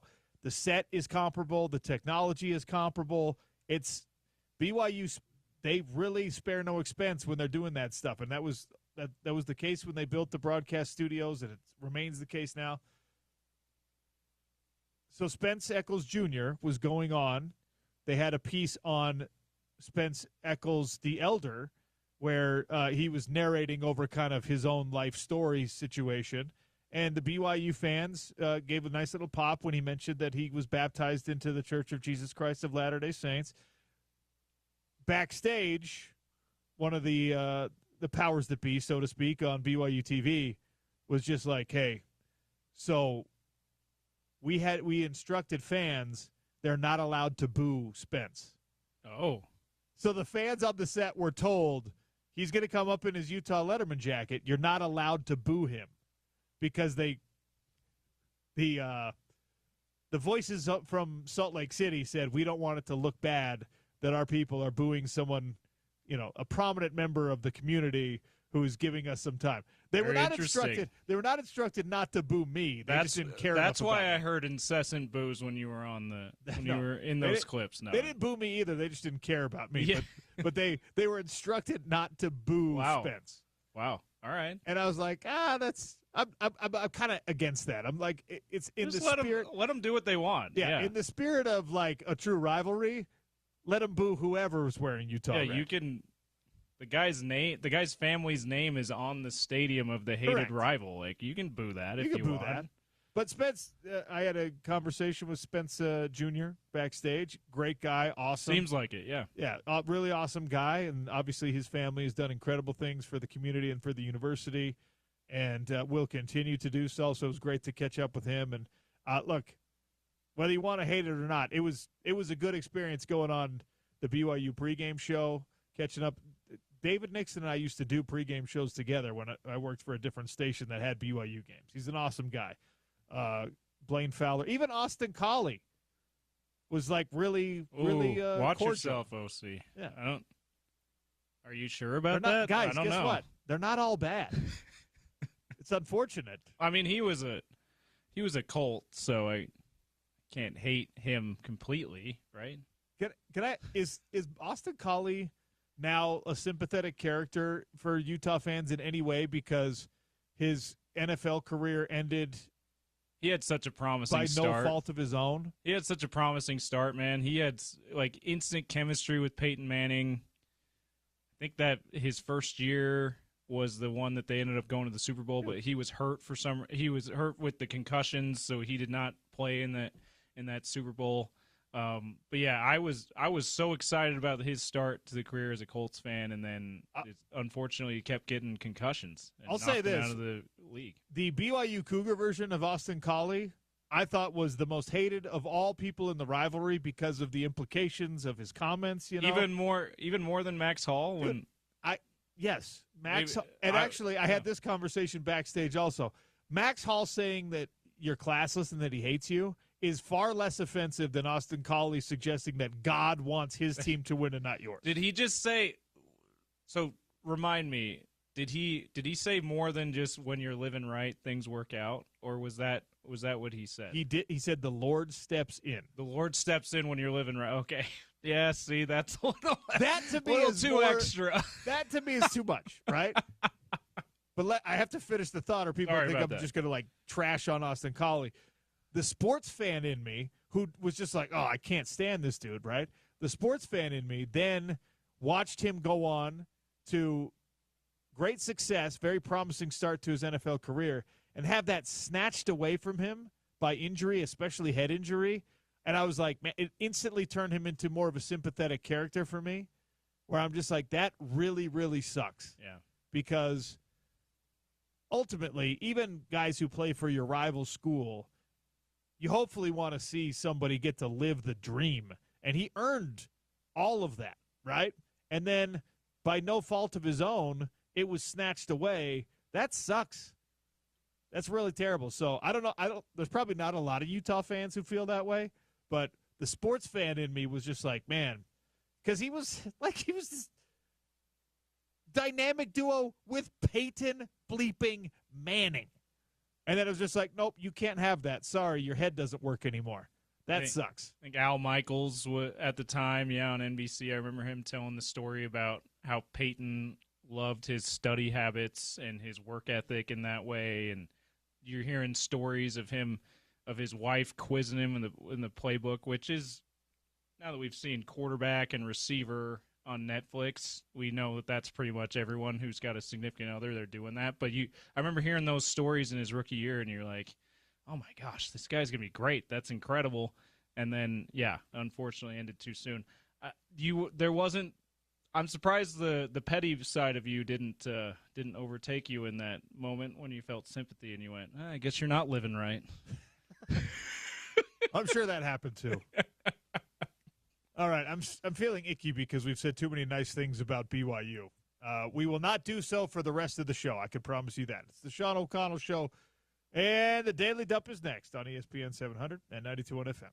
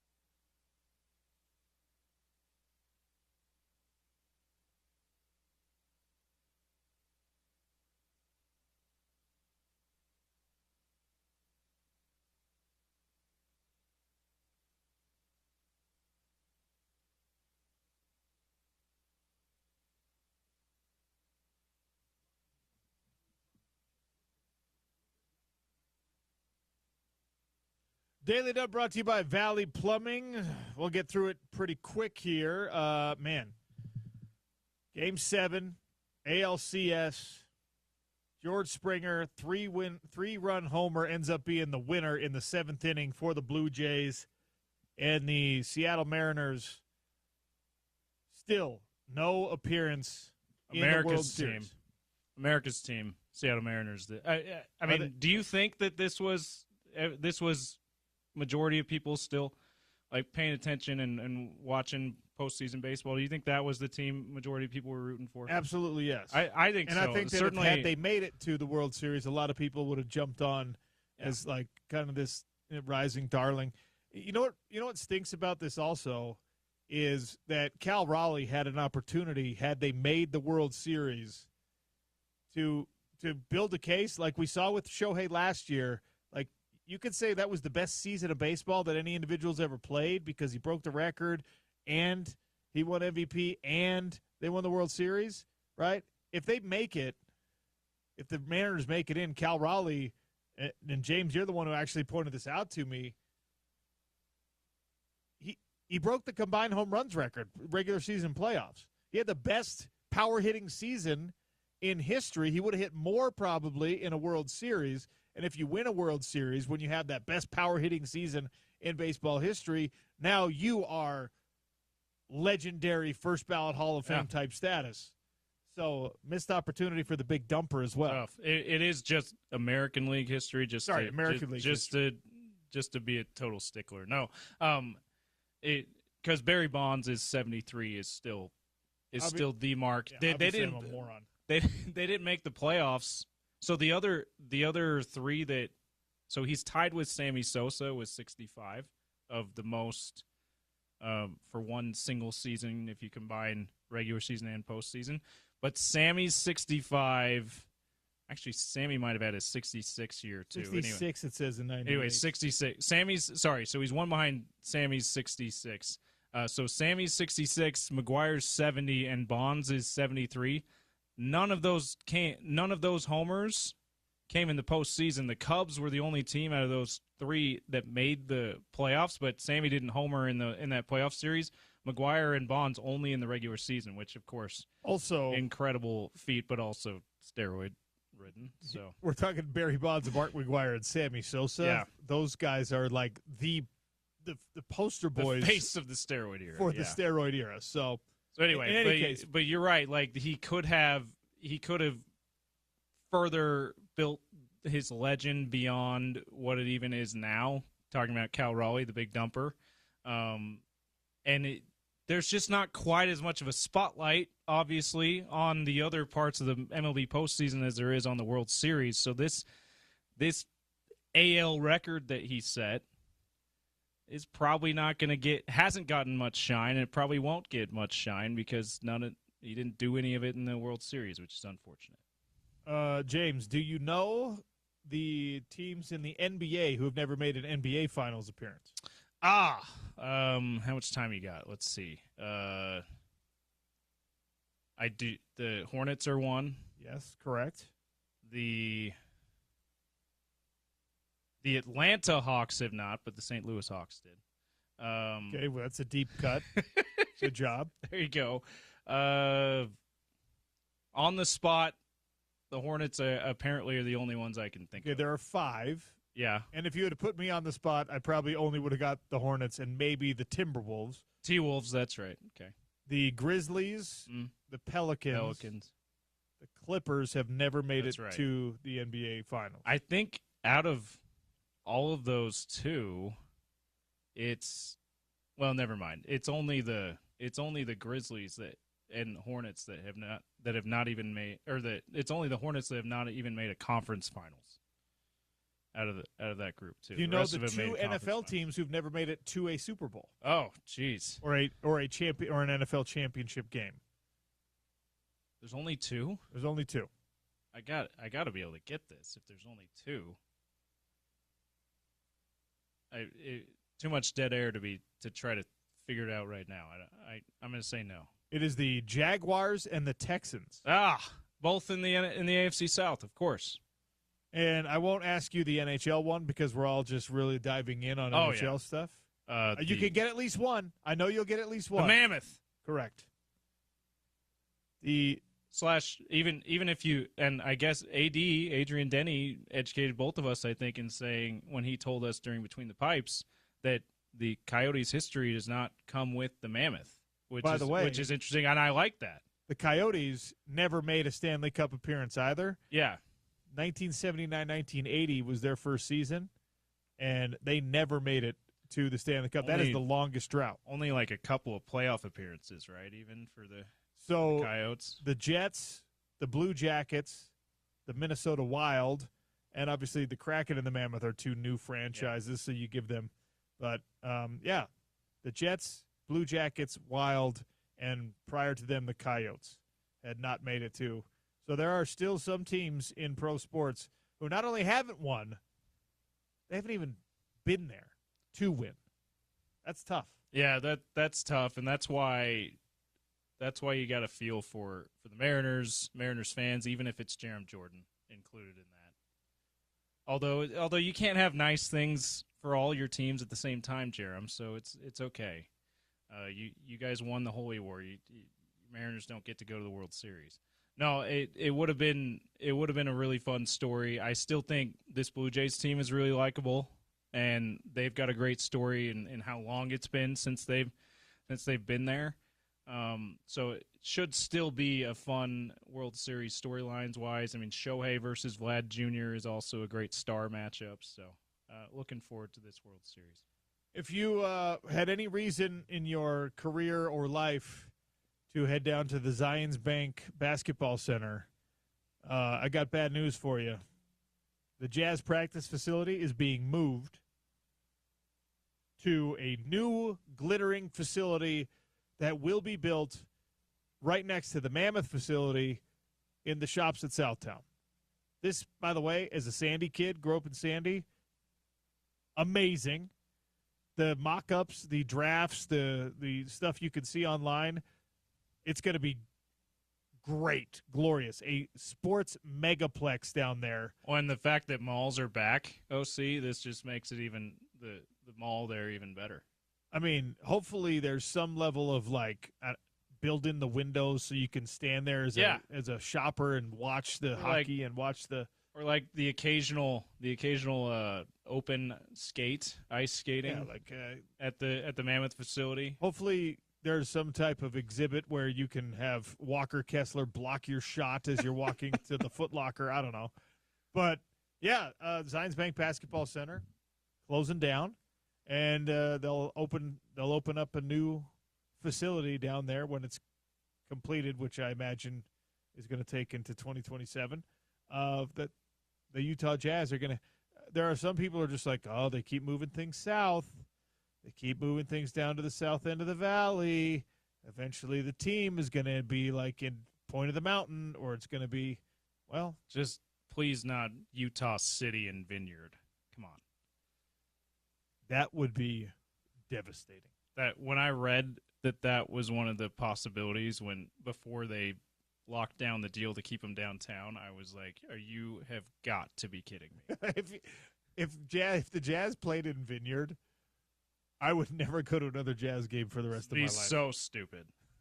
And I'm not even there's some people up here, especially those of the red persuasion and the red and blue Utah BYU rivalry, that are like, yeah, Utah County sucks. I'm not saying it from that perspective. I'm just saying don't move a pro team to Vineyard. Terrible. All due respect to it. Oh, hey, I should play the. Yeah, come on. There it is. Vineyard, I said it with all due respect. Yeah. And Utah County, everybody associated there. No, it's I was going to say this. This does, moving practice facilities does nothing for me, though. Whatever. That's not a place that fans are allowed in really anyway. But moving arenas is super emotional thing. But I imagine there's some in the fan base that are maybe for that reason that you're pointing out, that maybe it's a sign of things, of bad things to come. Yeah, I don't. But I was gonna make a joke about it. Apparently, I don't care about history moving from the ZBBC. But it's I don't think doesn't matter where they practice as long as they play downtown, right? You know where my mind goes whenever I hear news about anything like this? I guess I'm a weird, greedy person. My mind immediately goes to, how can I get a piece of the floor? Yeah. Like, when they're decommissioning sports facilities, I'm like, what are they going to do with that sign? What are they going to do with that floor? What are they going to do with the seats, the bleachers, etc.? That's always my first question. That makes me weird, I think. I went to the final game at Candlestick Park, and there were... Tried to pull seat out of the James, cement. when I tell you that they had cops and extra security everywhere because they were worried people would do that. Looting and stuff, And they had metal detectors because they were worried people were bringing in not weapons but tools. I don't remember seeing that at Smith's Ballpark last year. To disassemble, which in hindsight I kind of wish had happened. Minor league, you can let us bring our tools to take a seat. Yeah. Come on now. Like Candlestick, I understand, but like so minor league ballpark. Why you bring that socket set into the football game? What do you mean? No reason. Do you leave home without yours? That's silly of you. I'm a Boy Scout. I need this. I should have taken something. I have a funny story about the final the final game at Candlestick Park, but we'll save that for another day. All right, Jeff Schwartz is going to join us to top off hour number 3. It's the Sean O'Connell Show on ESPN 700 and 92.1 FM.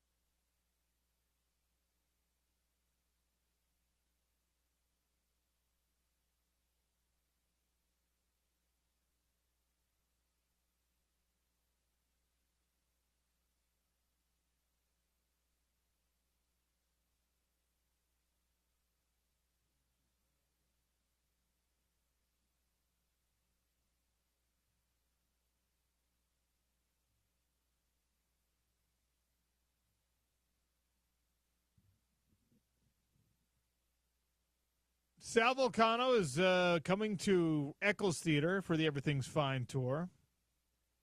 Sal from Impractical Jokers, salvulcanocomedy.com. Details are available also at ESPN700sports.com. We'll be giving away a pair of tickets later today during Topical Trivia. We're also giving away another Baskin-Robbins ice cream cake. You have to text us your prediction on the winner and score for the Utah versus Colorado game. Also go to @RealOCSports on Twitter. Vote in the poll I put out this morning on how you think Utah is going to finish the season. What will Utah's record be at the end of the 2025 regular season? 10-2, 9-3, 8-4, or other. So far, 9-3 winning out at 39%. 8-4 is second with 31%, and 27.5% of you think that 10-2 is still a possibility for the University of Utah. Technically is. You go 5-0 the rest of the season, you get there. I voted 9-3, and I'll be honest with you, OC, I didn't necessarily predict a loss in the Holy War, but if you remember in the preseason, I was like, I feel like it's going to be an improved year for Utah, but I'm not sure real conference title contention year, and that's kind of how it's turning out so far through 7 games. Obviously, plenty of time, and they're still in the race to prove me wrong, but so far, and I didn't predict, again, a loss in the Holy War. I didn't predict a loss against the only other really good team on the schedule so far, Texas Tech. I didn't necessarily think it was going to go that way, but I thought good season, not spectacular, and so I still think 9-3, and this team is kind of playing the way I thought they might going into the season. I thought it'd be a 10-2 year, so I guess that's still within the realm of possibility. I thought that would be good enough to make it into the conference championship game. I did not expect that BYU would be undefeated to this point in the season. I did not either. I didn't think that Texas Tech's purchasing power was going to buy them the results that they've gotten so far. I thought that there would be multiple 3-loss teams and multiple 2-loss teams in the conference, and the tiebreakers would have to come into play. And that's probably how it's going to work out at the top. I think that Texas Tech has the best chance of going 11-1 for the rest of the season. Obviously, they lost their game against Arizona State. They have a tough one against BYU, but they get that at home. So I didn't think Cincinnati was going to be one of the teams we're talking about here. Yeah, absolutely not. They've been the surprise, I would say, along with probably BYU to the extent that it's been. Like, both of us thought BYU would be in contention for most of the year, but certainly not 7-0. All right, we also have a 4-pack of advanced screening tickets to Begonia. Mind-bending new thriller, The Stakes Could Not Be Higher, award-winning director Yorgos Lanthimos. Begonia starring Emma Watson. Emma Stone. Emma Watson is Hermione Granger. Emma Stone. Easy A. is Easy A. Emma Stone. And La La Land, also La very La Land, good. Also, wasn't she Mary Jane from, did she play Peter Parker's girlfriend in something? In one of the franchises? It might have been. I mean, there's been a few different versions of Spider-Man. I'm sure she was one of them. Anyway, you know who Emma Stone is. We don't have to give you a full filmography. Just know that she's not Hermione Granger. She's not Emma Watson. Different Emma. Sorry to the Emmas of the world for confusing them all. 4-pack of tickets for an advanced screening that's happening October 28th. Begonia, before it hits theaters, if you can answer, how many NFL teams have not made it to the Super Bowl? We just talked about this. You get a James Peterson bonus point if you can tell him which 2 teams on 877-353-0700. Get the number right, you get the Begonia pre-screening tickets. You can extra bonus point if you can name the teams. Correct. Let's go. All right, take a quick one here. Jeff Schwartz joins us on the other side. And I texted Jeff this morning and I said, hey, can we do 3 o'clock his time, 1 o'clock our time? And he has some thoughts that he was eager to share. So stay tuned. Sean O'Connell Show on Utah's #1 sports talk, ESPN 700 and 92.1 FM.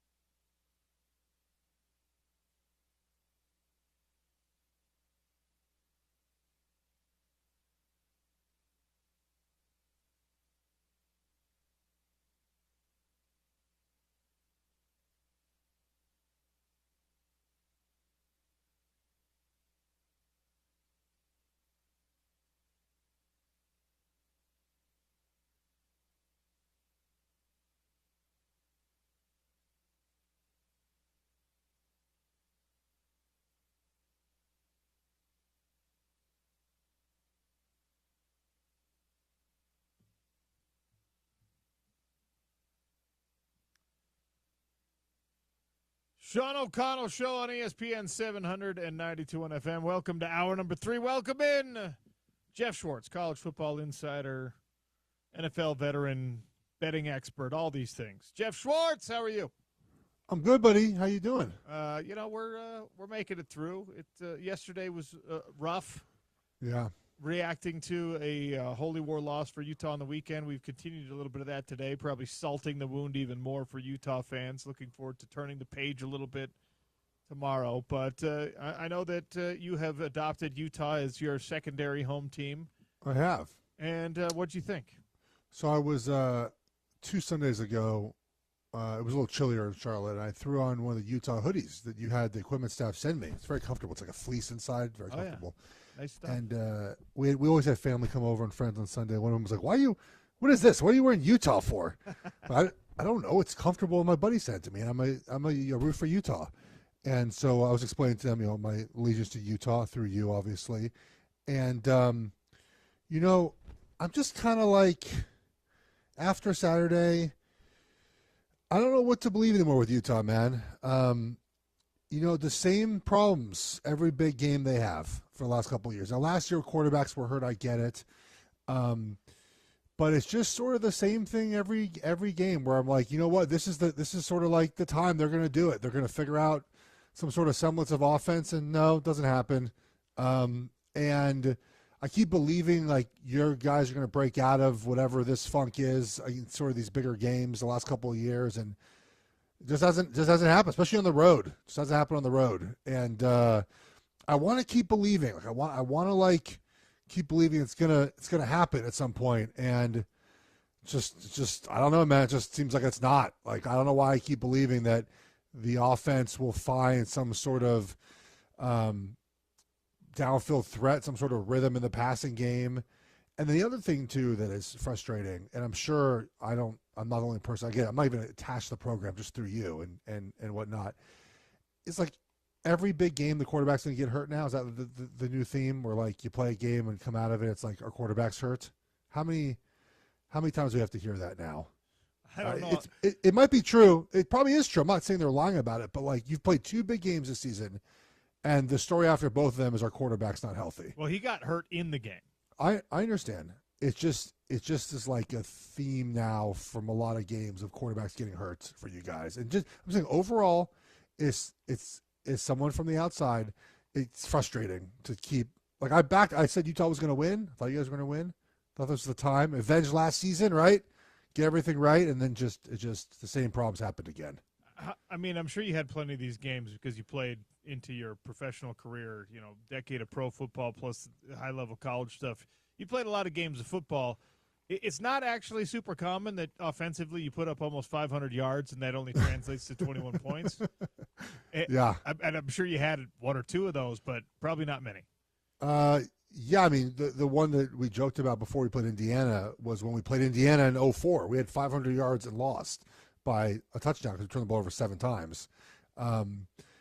And yeah, I mean, look, it's just about finishing drives and making sure that you get the ball in the end zone and finding ways to be creative offensively. And I just don't see that creativity with this offense that I would like to see. You can get by obviously with a quarterback that doesn't pass the ball terribly well. That happens, right? Now, he passed the ball fine in this game, but there's still just that lack of continuous deep threat, right? We've talked about this for years now. And, just, I don't know, man. Something about, just wanting to see something different for Utah. It feels like it's been the same thing now for a couple years in a row. So when you talk about finishing drives, they've been so good in the red zone. They've been, best in the country on 3rd down. They were really good on 4th down. And then, obviously, there were 3 big decisions made in this game that everyone in Salt Lake City was questioning Saturday night, Sunday, Monday after the press conference. We're still doing it today. 4th and 1, 4th and 7, 4th and 3, and you decide you're not kicking a field goal on any of those. The 4th and 7, that would have been a 45-ish yard field goal, and they have not been good from that distance this year. They haven't even attempted anything from 10 to 30, 10 to 29 yards. We decided was the They haven't even attempted those field goals this year. They're 3 for 3 from 30 to 39, and they didn't kick. Yeah. They didn't take the points on the road in a rivalry game. Do you take the points? I'm pro go for it. I think you know that by now. But you have to take consideration like what the situation is, right? And do you have the personnel to do it? You know, like I don't know. The first one was a back shoulder fade, right? No, the first one was the outside run with the freshman running back, where the key block was missed by a slot wide receiver. Oh, so the fourth and 7 was the back shoulder fade. Yes, Fourth and 7 was the back shoulder fade. After BYU called the timeout, iced the kicker, he missed it wide right. Well, not as bad as what Iowa did this weekend, but we can get to that another time with their kicking situation. Look, I am pro go for it, right? I am. But you need to have the right plays and in place to do it, right? And so, you know, is your slot wide receiver the right guy? I found the play. I'm pulling the play up again. Actually, it's kind of tough though. That guy comes from over the top. Like, this is the thing. So they're running. It's man coverage, right? So they're running with the guy in motion. The corner is following him, right, Sean? So I promise you in practice, the slot guy never practiced having to block that guy. But that's a tough block. He's got to see him coming from across the field, essentially, right? And so he's got 3 guys sort of like in his picture. Who do I block? Who do I block? Who do I block? Block 1, obviously, instead of blocking 0. But I don't know if he saw that look in practice. Like that looks like a guy that didn't really know that was coming. Again, I'm not saying they didn't practice or not. But also, too, like, your wide receiver should break the tackle, right? Like, these are all things that, like, should happen maybe. Maybe they don't. So if you don't feel comfortable your wide receiver can break this tackle, or your slot guy knows sort of what to do if things are not perfect, then you shouldn't run that play, right? And so those are things that I think are in consideration for fourth down. You remember, when Oregon went for it a couple times against Washington, right? And I thought the play calls were not great. I thought the decision was fine, but the play calls weren't great. So you have to mirror both those things up. Like, again, I'm pro go for it if you have the right play calls. A back shoulder fade, is that the right play call for this offense? I don't think so. Well, I've been really hard on this guy in particular, but a back shoulder fade to a guy who has like 7 drops this year on like 15 targets is certainly not the right play call. It's actually, I'm watching it right now. Pull it up. It's actually a good throw. It's a really good throw. It goes the wide receiver his just open hands. The wide receiver just turns himself around trying to make this catch, and he like spins around. I don't even sure he was in bounds if he caught the ball. So like I'm pro go for it. The results being what they are, I understand why you would say you don't go for it. Another thing I always say about this, I haven't followed you guys enough this year to know if you're a fourth down or go for it team, but like if that's who you are, then be who you are. And Oregon, for example, is a go for it on a fourth down. The Lions last night, right? They're go for it on a fourth down team. They build their whole game plan around that. So that also includes, by the way, what do you do on third down, right? Like, so I don't pay enough attention to Utah to know their third down, what they did with the third down before, but are you calling a third down play with the idea you're going for it on a fourth down? Because that obviously changes what you do on third down. Maybe on 3rd and 7, you actually run the ball to try to steal yourself maybe they're in a pass rush mode, right? I love third and medium to long run sometimes, Sean, right? They're in pass rush mode. They're getting up the field. Maybe they're overloading one side of the offensive line. You run the other side and you steal 3 or 4 yards knowing you're going for it on a fourth down. So all those things have to be in consideration, in my opinion, if you become a going for it on a fourth down team. Well, I appreciate the outsider perspective here, especially talking to you, because you're so unemotional about all things. And this is in keeping with what they do and they try to do. They are a go-for-it on fourth down type team, and especially with the proficiency in the run game that they have demonstrated all year and even in this game. I mean, that's why it's got so hard, and that's probably why Kyle Whittingham sat down at 2 press conferences and said the analytics said to go for it, and he didn't really expound much. But if he did, I don't want to put words in his mouth, but he probably was also thinking, dude, we're getting 6 yards a carry. Why would we not try to bank on getting 1, getting 3? The back shoulder fade throw, that's a different play for me. I'm not alone, but I'm one of the folks who says you didn't leave 9 points, 9 guaranteed points on the board, but you did leave like 6 that are almost guaranteed on the board. Yeah. And that's why it got so frustrating. But, yeah, like this is – it hurts when you lose a rivalry game. It also hurts – I don't know, maybe it hurts more when you see the places where you do something just a little bit different. You make that block, you break that tackle, and you don't lose the game. You win the game. And I asked you about this against Texas Tech, and it happened again against BYU, where you take a fourth-quarter lead, your offense finally breaks through, finally scores a touchdown that your defense has been holding the water kind of by themselves for a large chunk of the game. The offense finally gets a couple of big plays back-to-back, both of them from freshmen, coincidentally. You take a lead, and then BYU marches down the field and answers relatively easily on the next drive. I've been asking everyone who plays, everyone who coaches, how that happens when your defense has been so good and then all of a sudden they breathe the sigh of relief having a lead, and that makes them let up.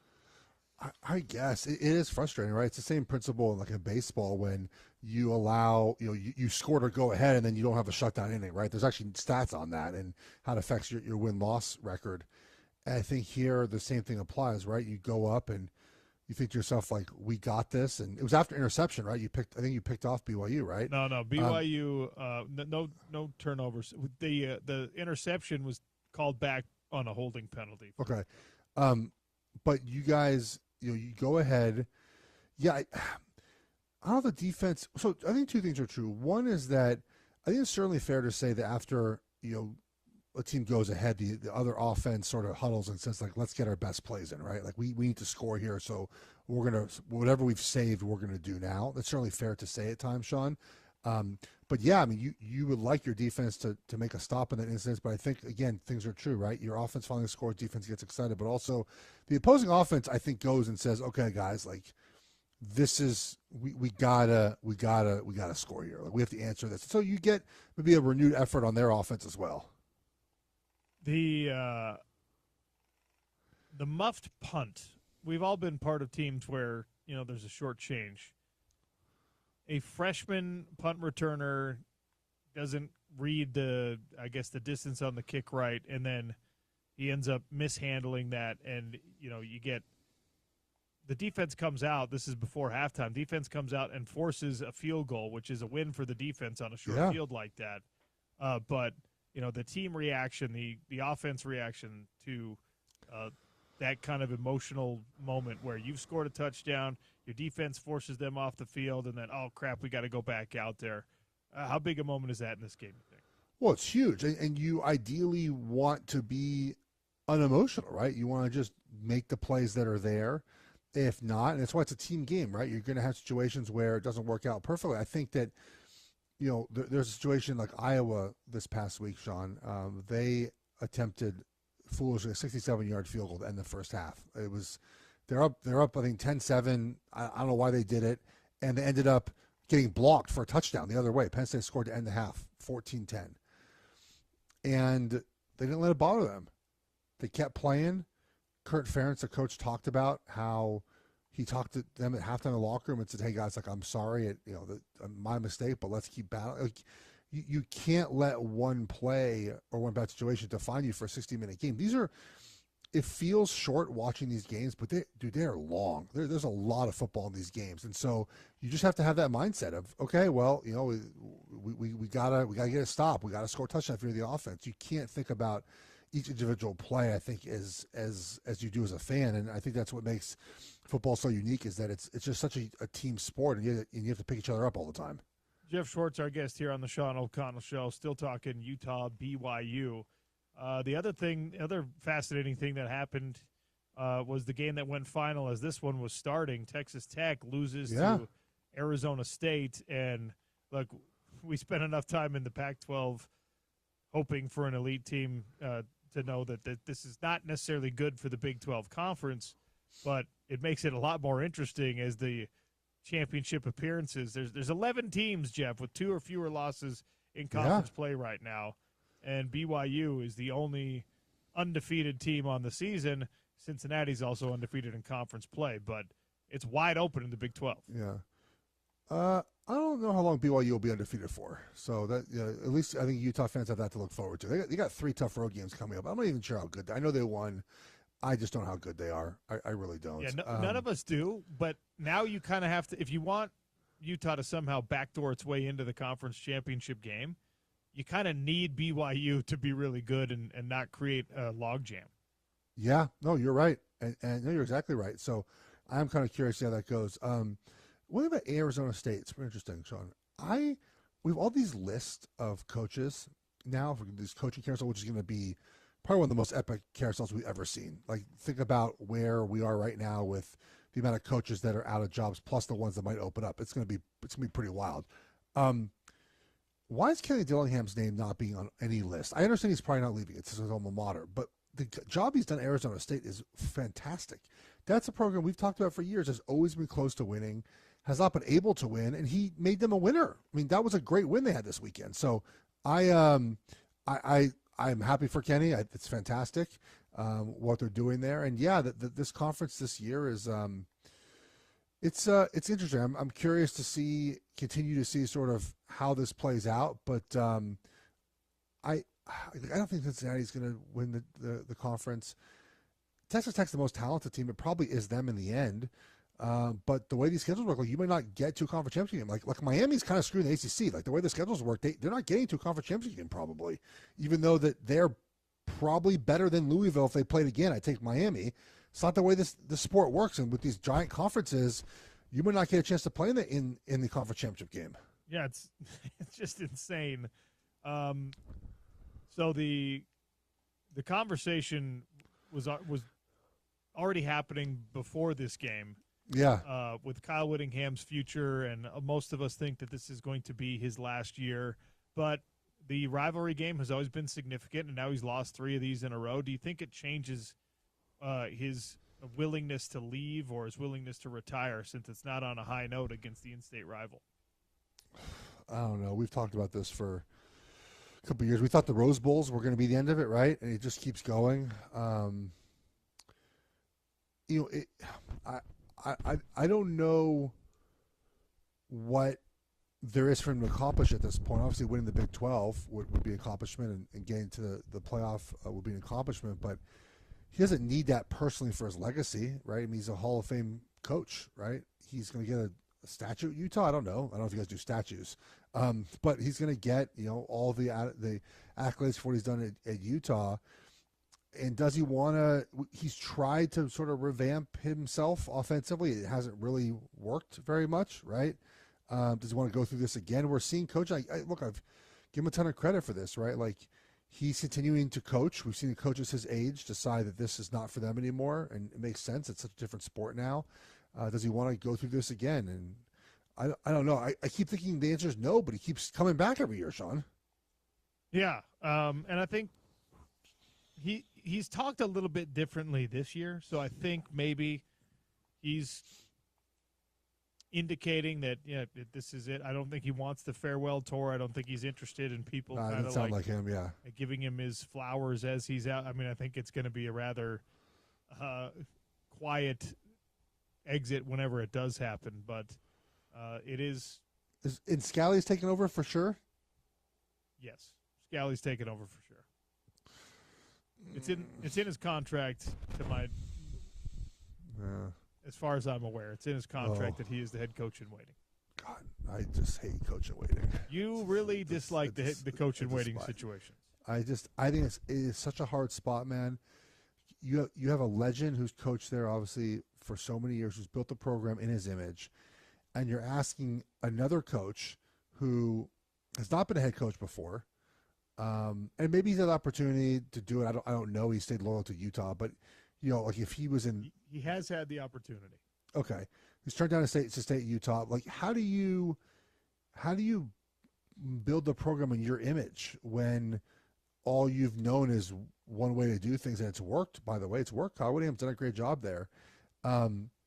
my issue with it is you try to be him, and you're not true. A lot of these times these coaches are not true to themselves, and you got to be authentic to who you are. And so that's, I think, the really tough part. You're now a first-time head coach, and on top of that, you're trying to sort of keep what's worked, but then put your flair on it and make it your own. I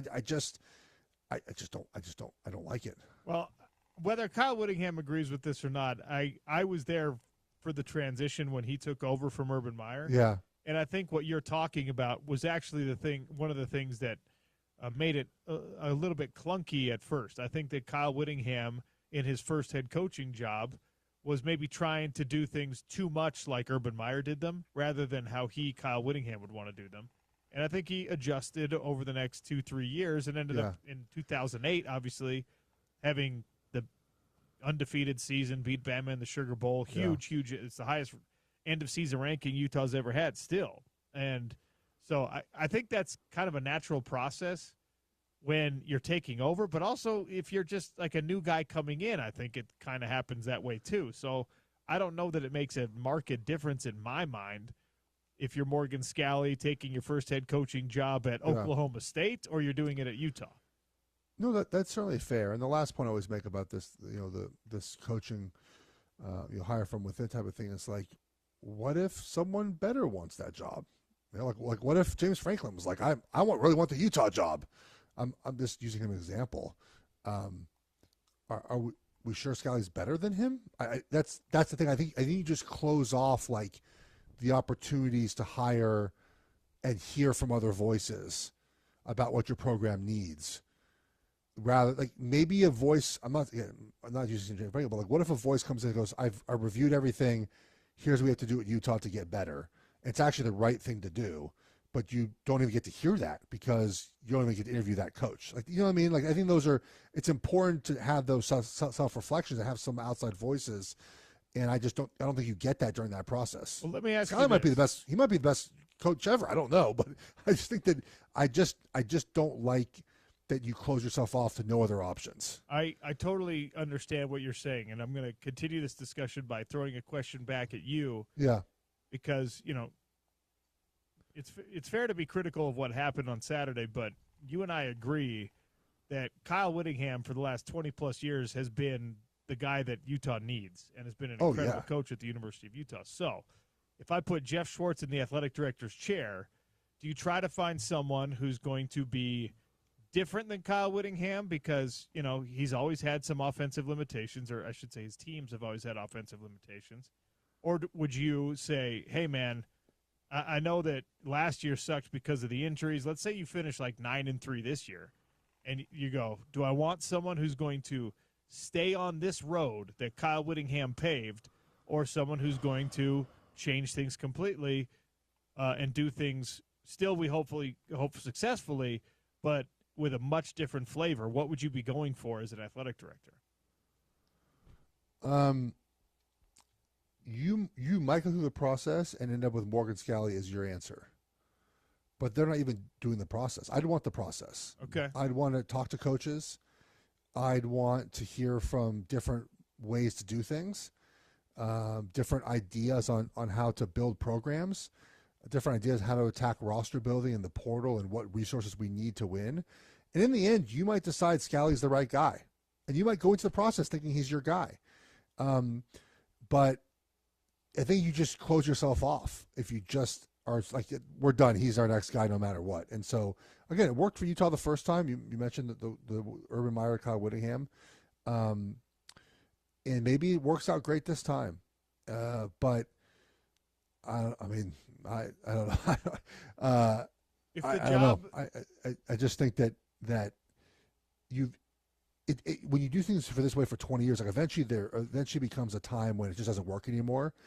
And I'm not saying you have to do something drastically different, but sometimes that does require different to move forward. And I'm not saying that's the only answer here, but you're not even really trying to do anything different if they go in that direction, which I guess sounds like they have to. If the job were open, Morgan Scalley just was like, no, I'm gonna go be an actor. I don't want to coach anymore. Yeah. Like you're opening your Utah head coaching job in the same cycle that Florida is open. Oklahoma State is open. UCLA is open. Not a great year for that, yeah. Like, I mean, you're what? The 8th best job? I mean, 6th there's going best to be job? there's going to be a billion jobs open in this cycle. No, again, I mean that is one thing where, a positive of the coach from within is you don't have to worry about that cycle, right? You don't have to worry about that. We already have our guy, and this is maybe the best year to do it because there's going to be so many openings. You're going to have this domino effect where you get to stay out of the dominoes. You have your coach already. So that's a positive, especially in this year, to not have to worry about that. Although the assistant coaching pool, like that's one of the things that's Kyle Whittingham's assistant coaching pool with this year being the outlier. They've retained most of the staff over the years, and Morgan. It's going to be wild this year with even assistant coaches, man. I mean, there's going to be 20 jobs open. It's going to be insane. If 20 jobs are open, and then all of those 20 head coaches want to bring their guys with them, that's actually like 150 or more coaching jobs being changed. It's insane. Yeah, it's wild. All right, man. Love talking buddy. to you all football. Talk to you next week. Dodgers, Blue Jays. Do you care? Well, I'm rooting for the Blue Jays, so that's what I hope happens. Jeff's a Giants fan, so Dodgers probably win. He hates the Dodgers. The Giants, by the way, are hiring, it sounds like Tennessee Vols coach to be the Giants manager. It's like a first ever to do that, so I'm kind of curious how that goes. Yeah, that'll be fun. All right, buddy. All right, talk to you later. Soon. Later. Bye. Jeff Schwartz, college football insider, who he liked Utah to win that rivalry game. From the betting perspective, I should say. Lots left to get to. Not a lot of time to do it on the Sean O'Connell Show, ESPN 700, 92.1 FM.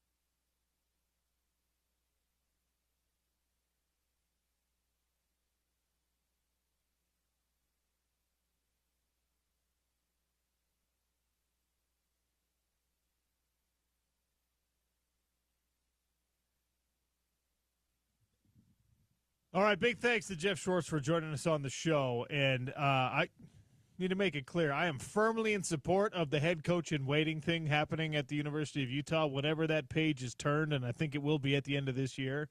Morgan Scalley is the guy, and I think he should be the guy, and I think that the philosophy in the athletic department should be, let's do as much as we can to retain this culture, to retain this success.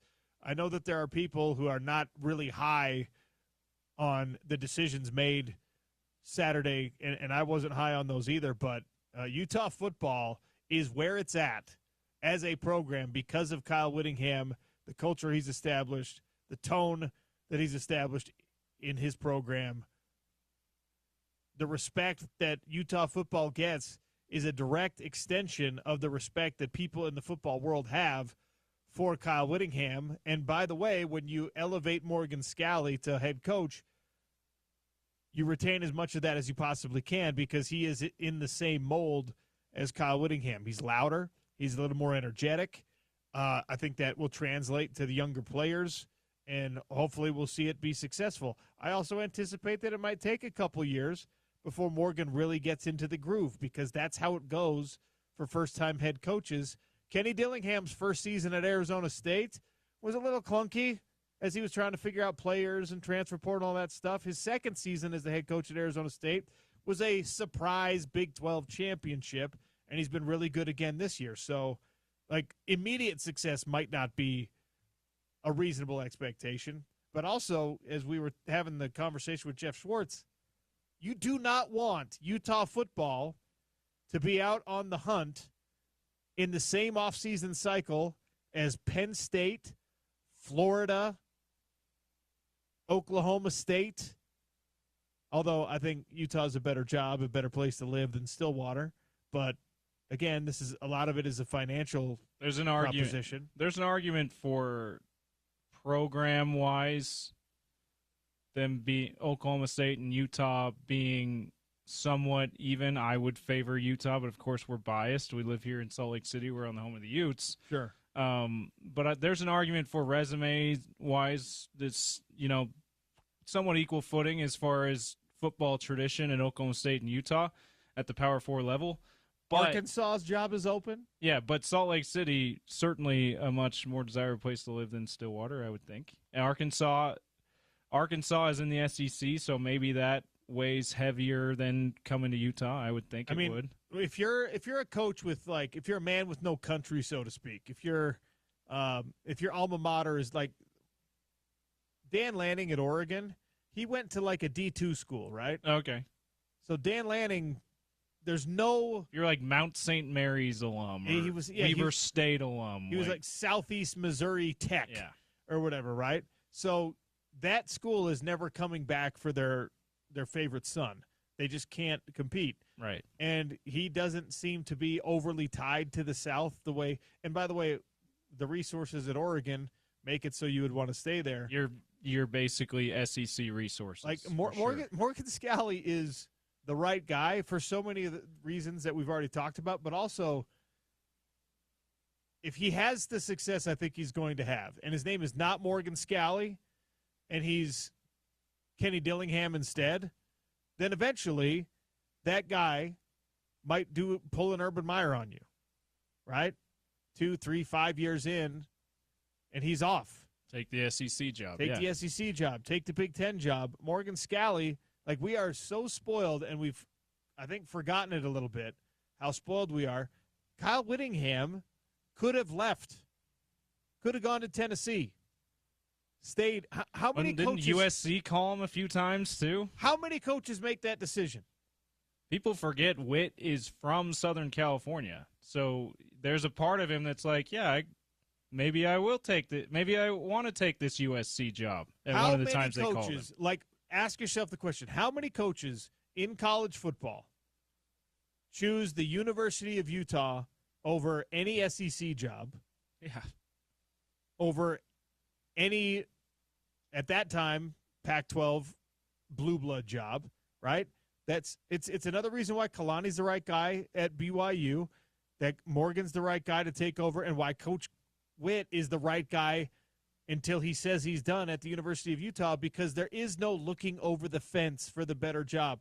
It's why Kenny Dillingham is such a coup for Arizona State to have, because every other coach that they have ever had has been either not good enough or has been someone that, if they are good enough, is like, I would rather be at Florida State. I would rather be at Georgia. I would rather be at Michigan. And he's not like that.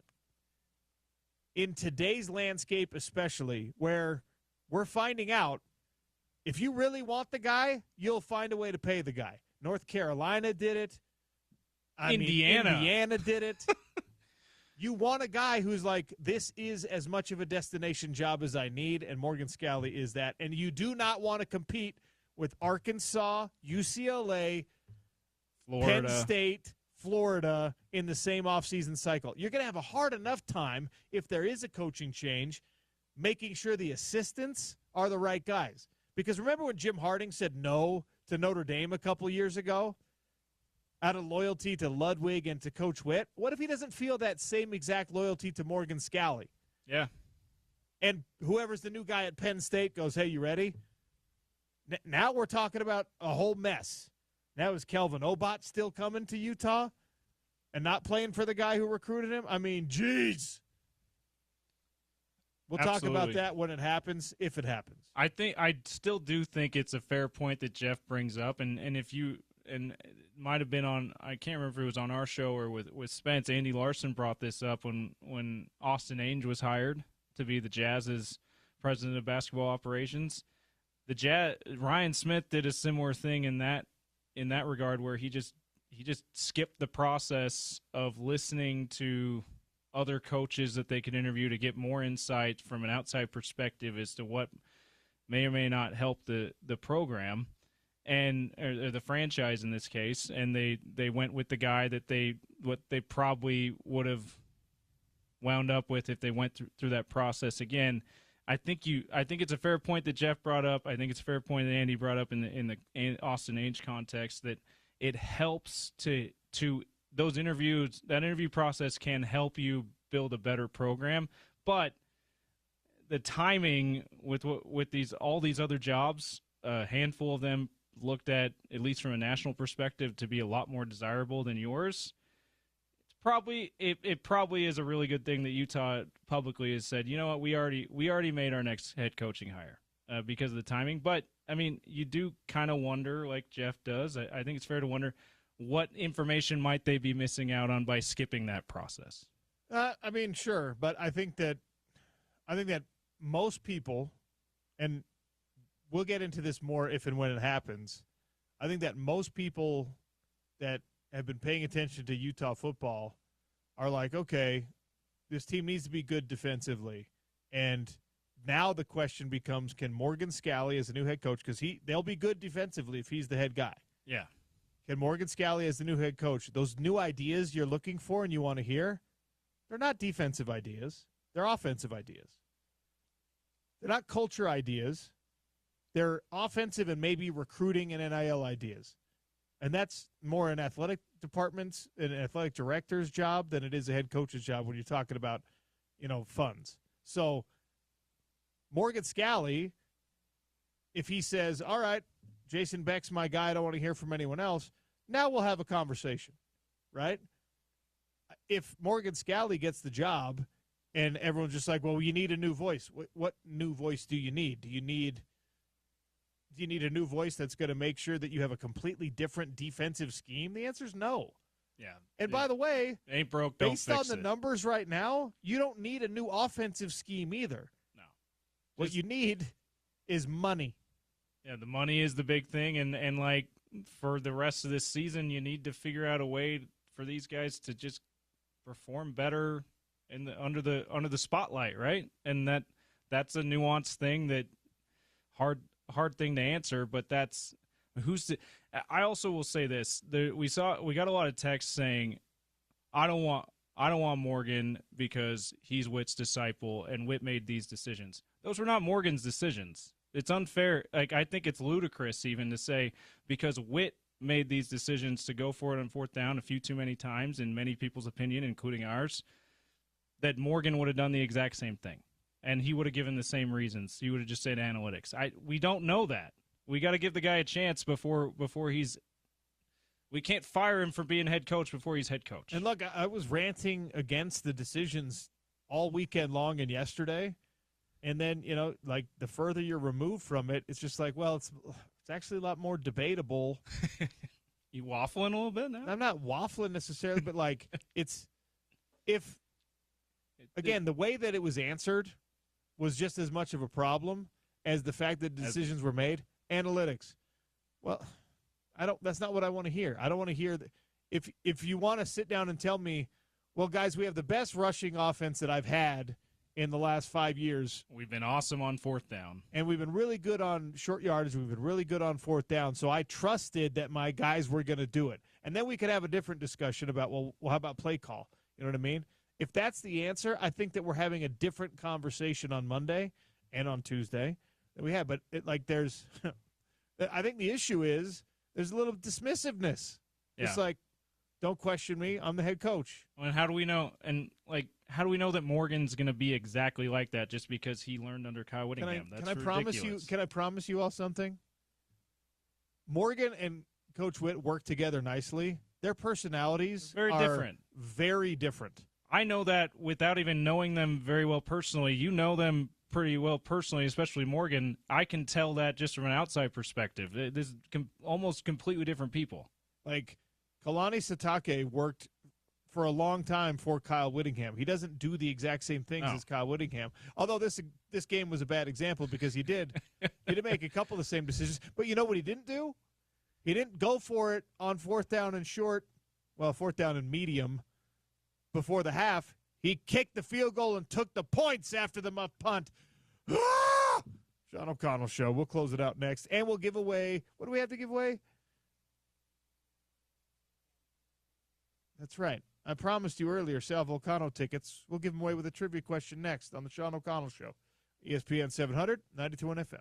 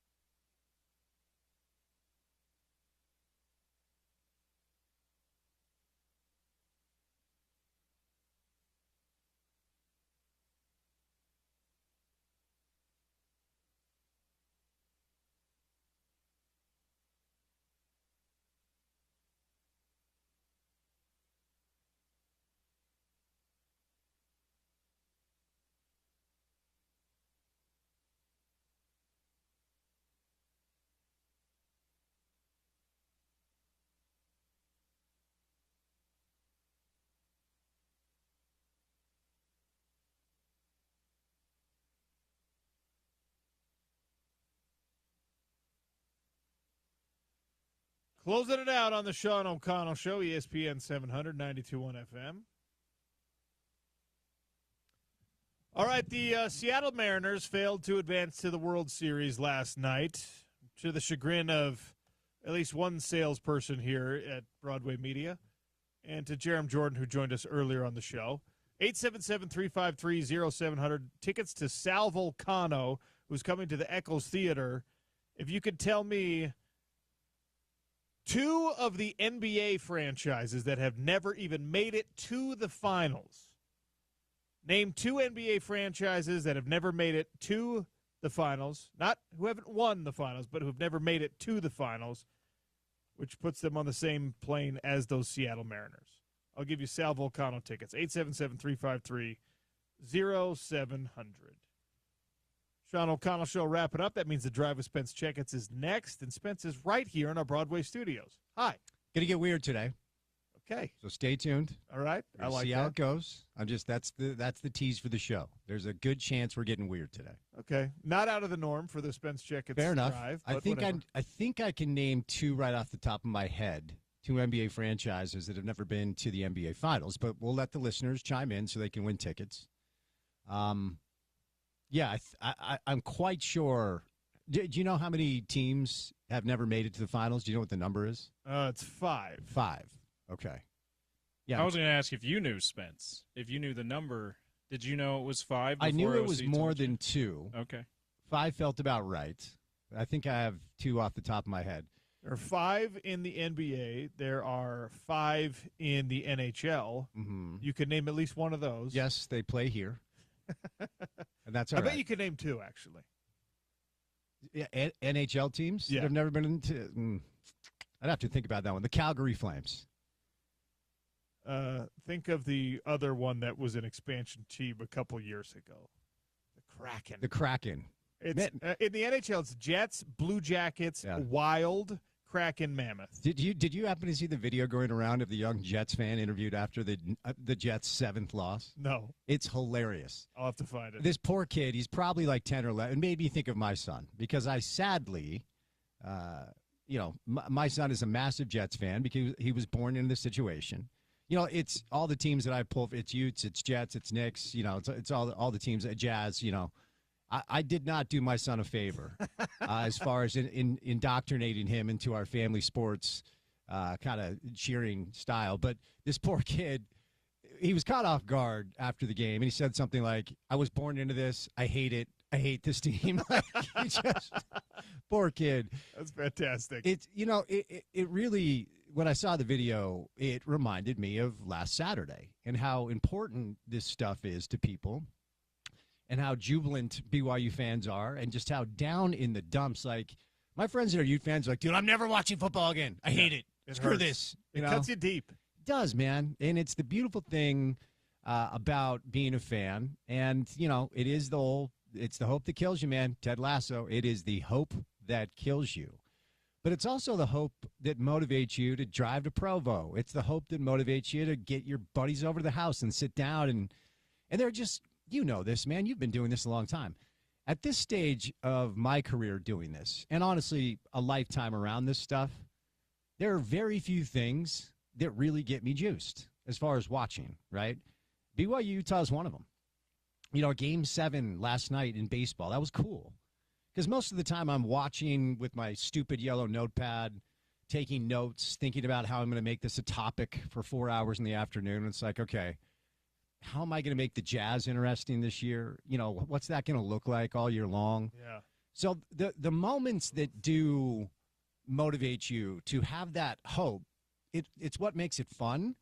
But when the hope leads to failed expectations, it's also what leads to such misery. Sports fans are a really interesting group of people. I mean, the rivalry, it is the best rivalry game in the country because we love it so much here.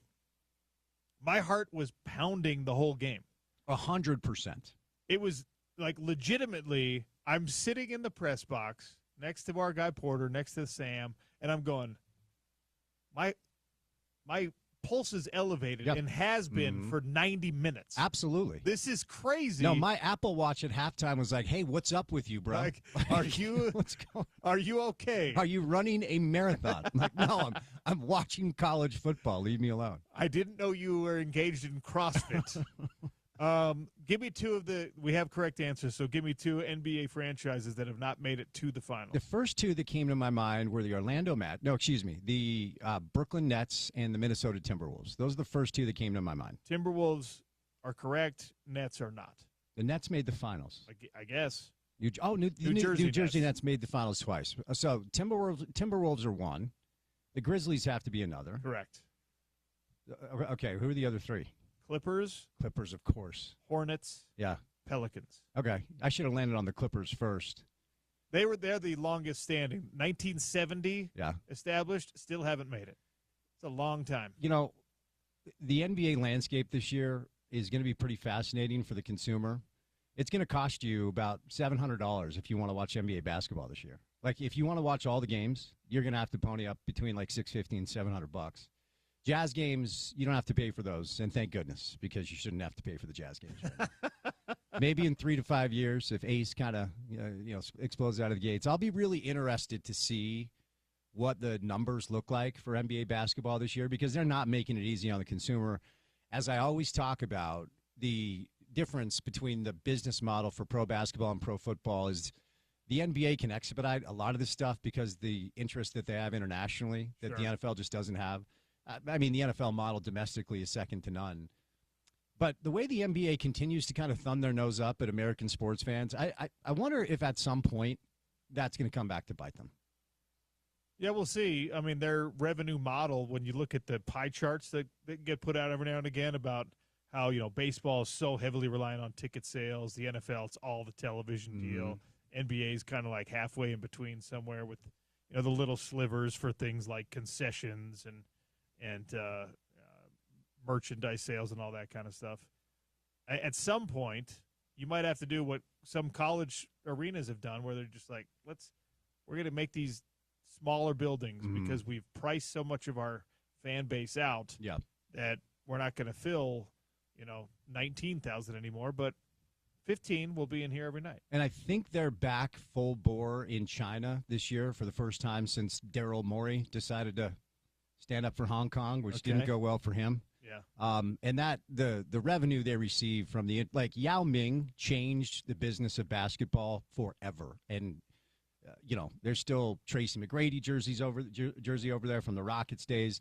So the revenue they generate from international interest, and now that they're back in China with that big streaming deal back at where it was before Daryl sent that tweet, they don't really have to give a rip about things like players playing in the regular season and whether or not American sports fans have enough money to watch their entire game, because they'll just say, well, we've got plenty of money flowing in and we don't really care about it. So we'll see how it goes this year.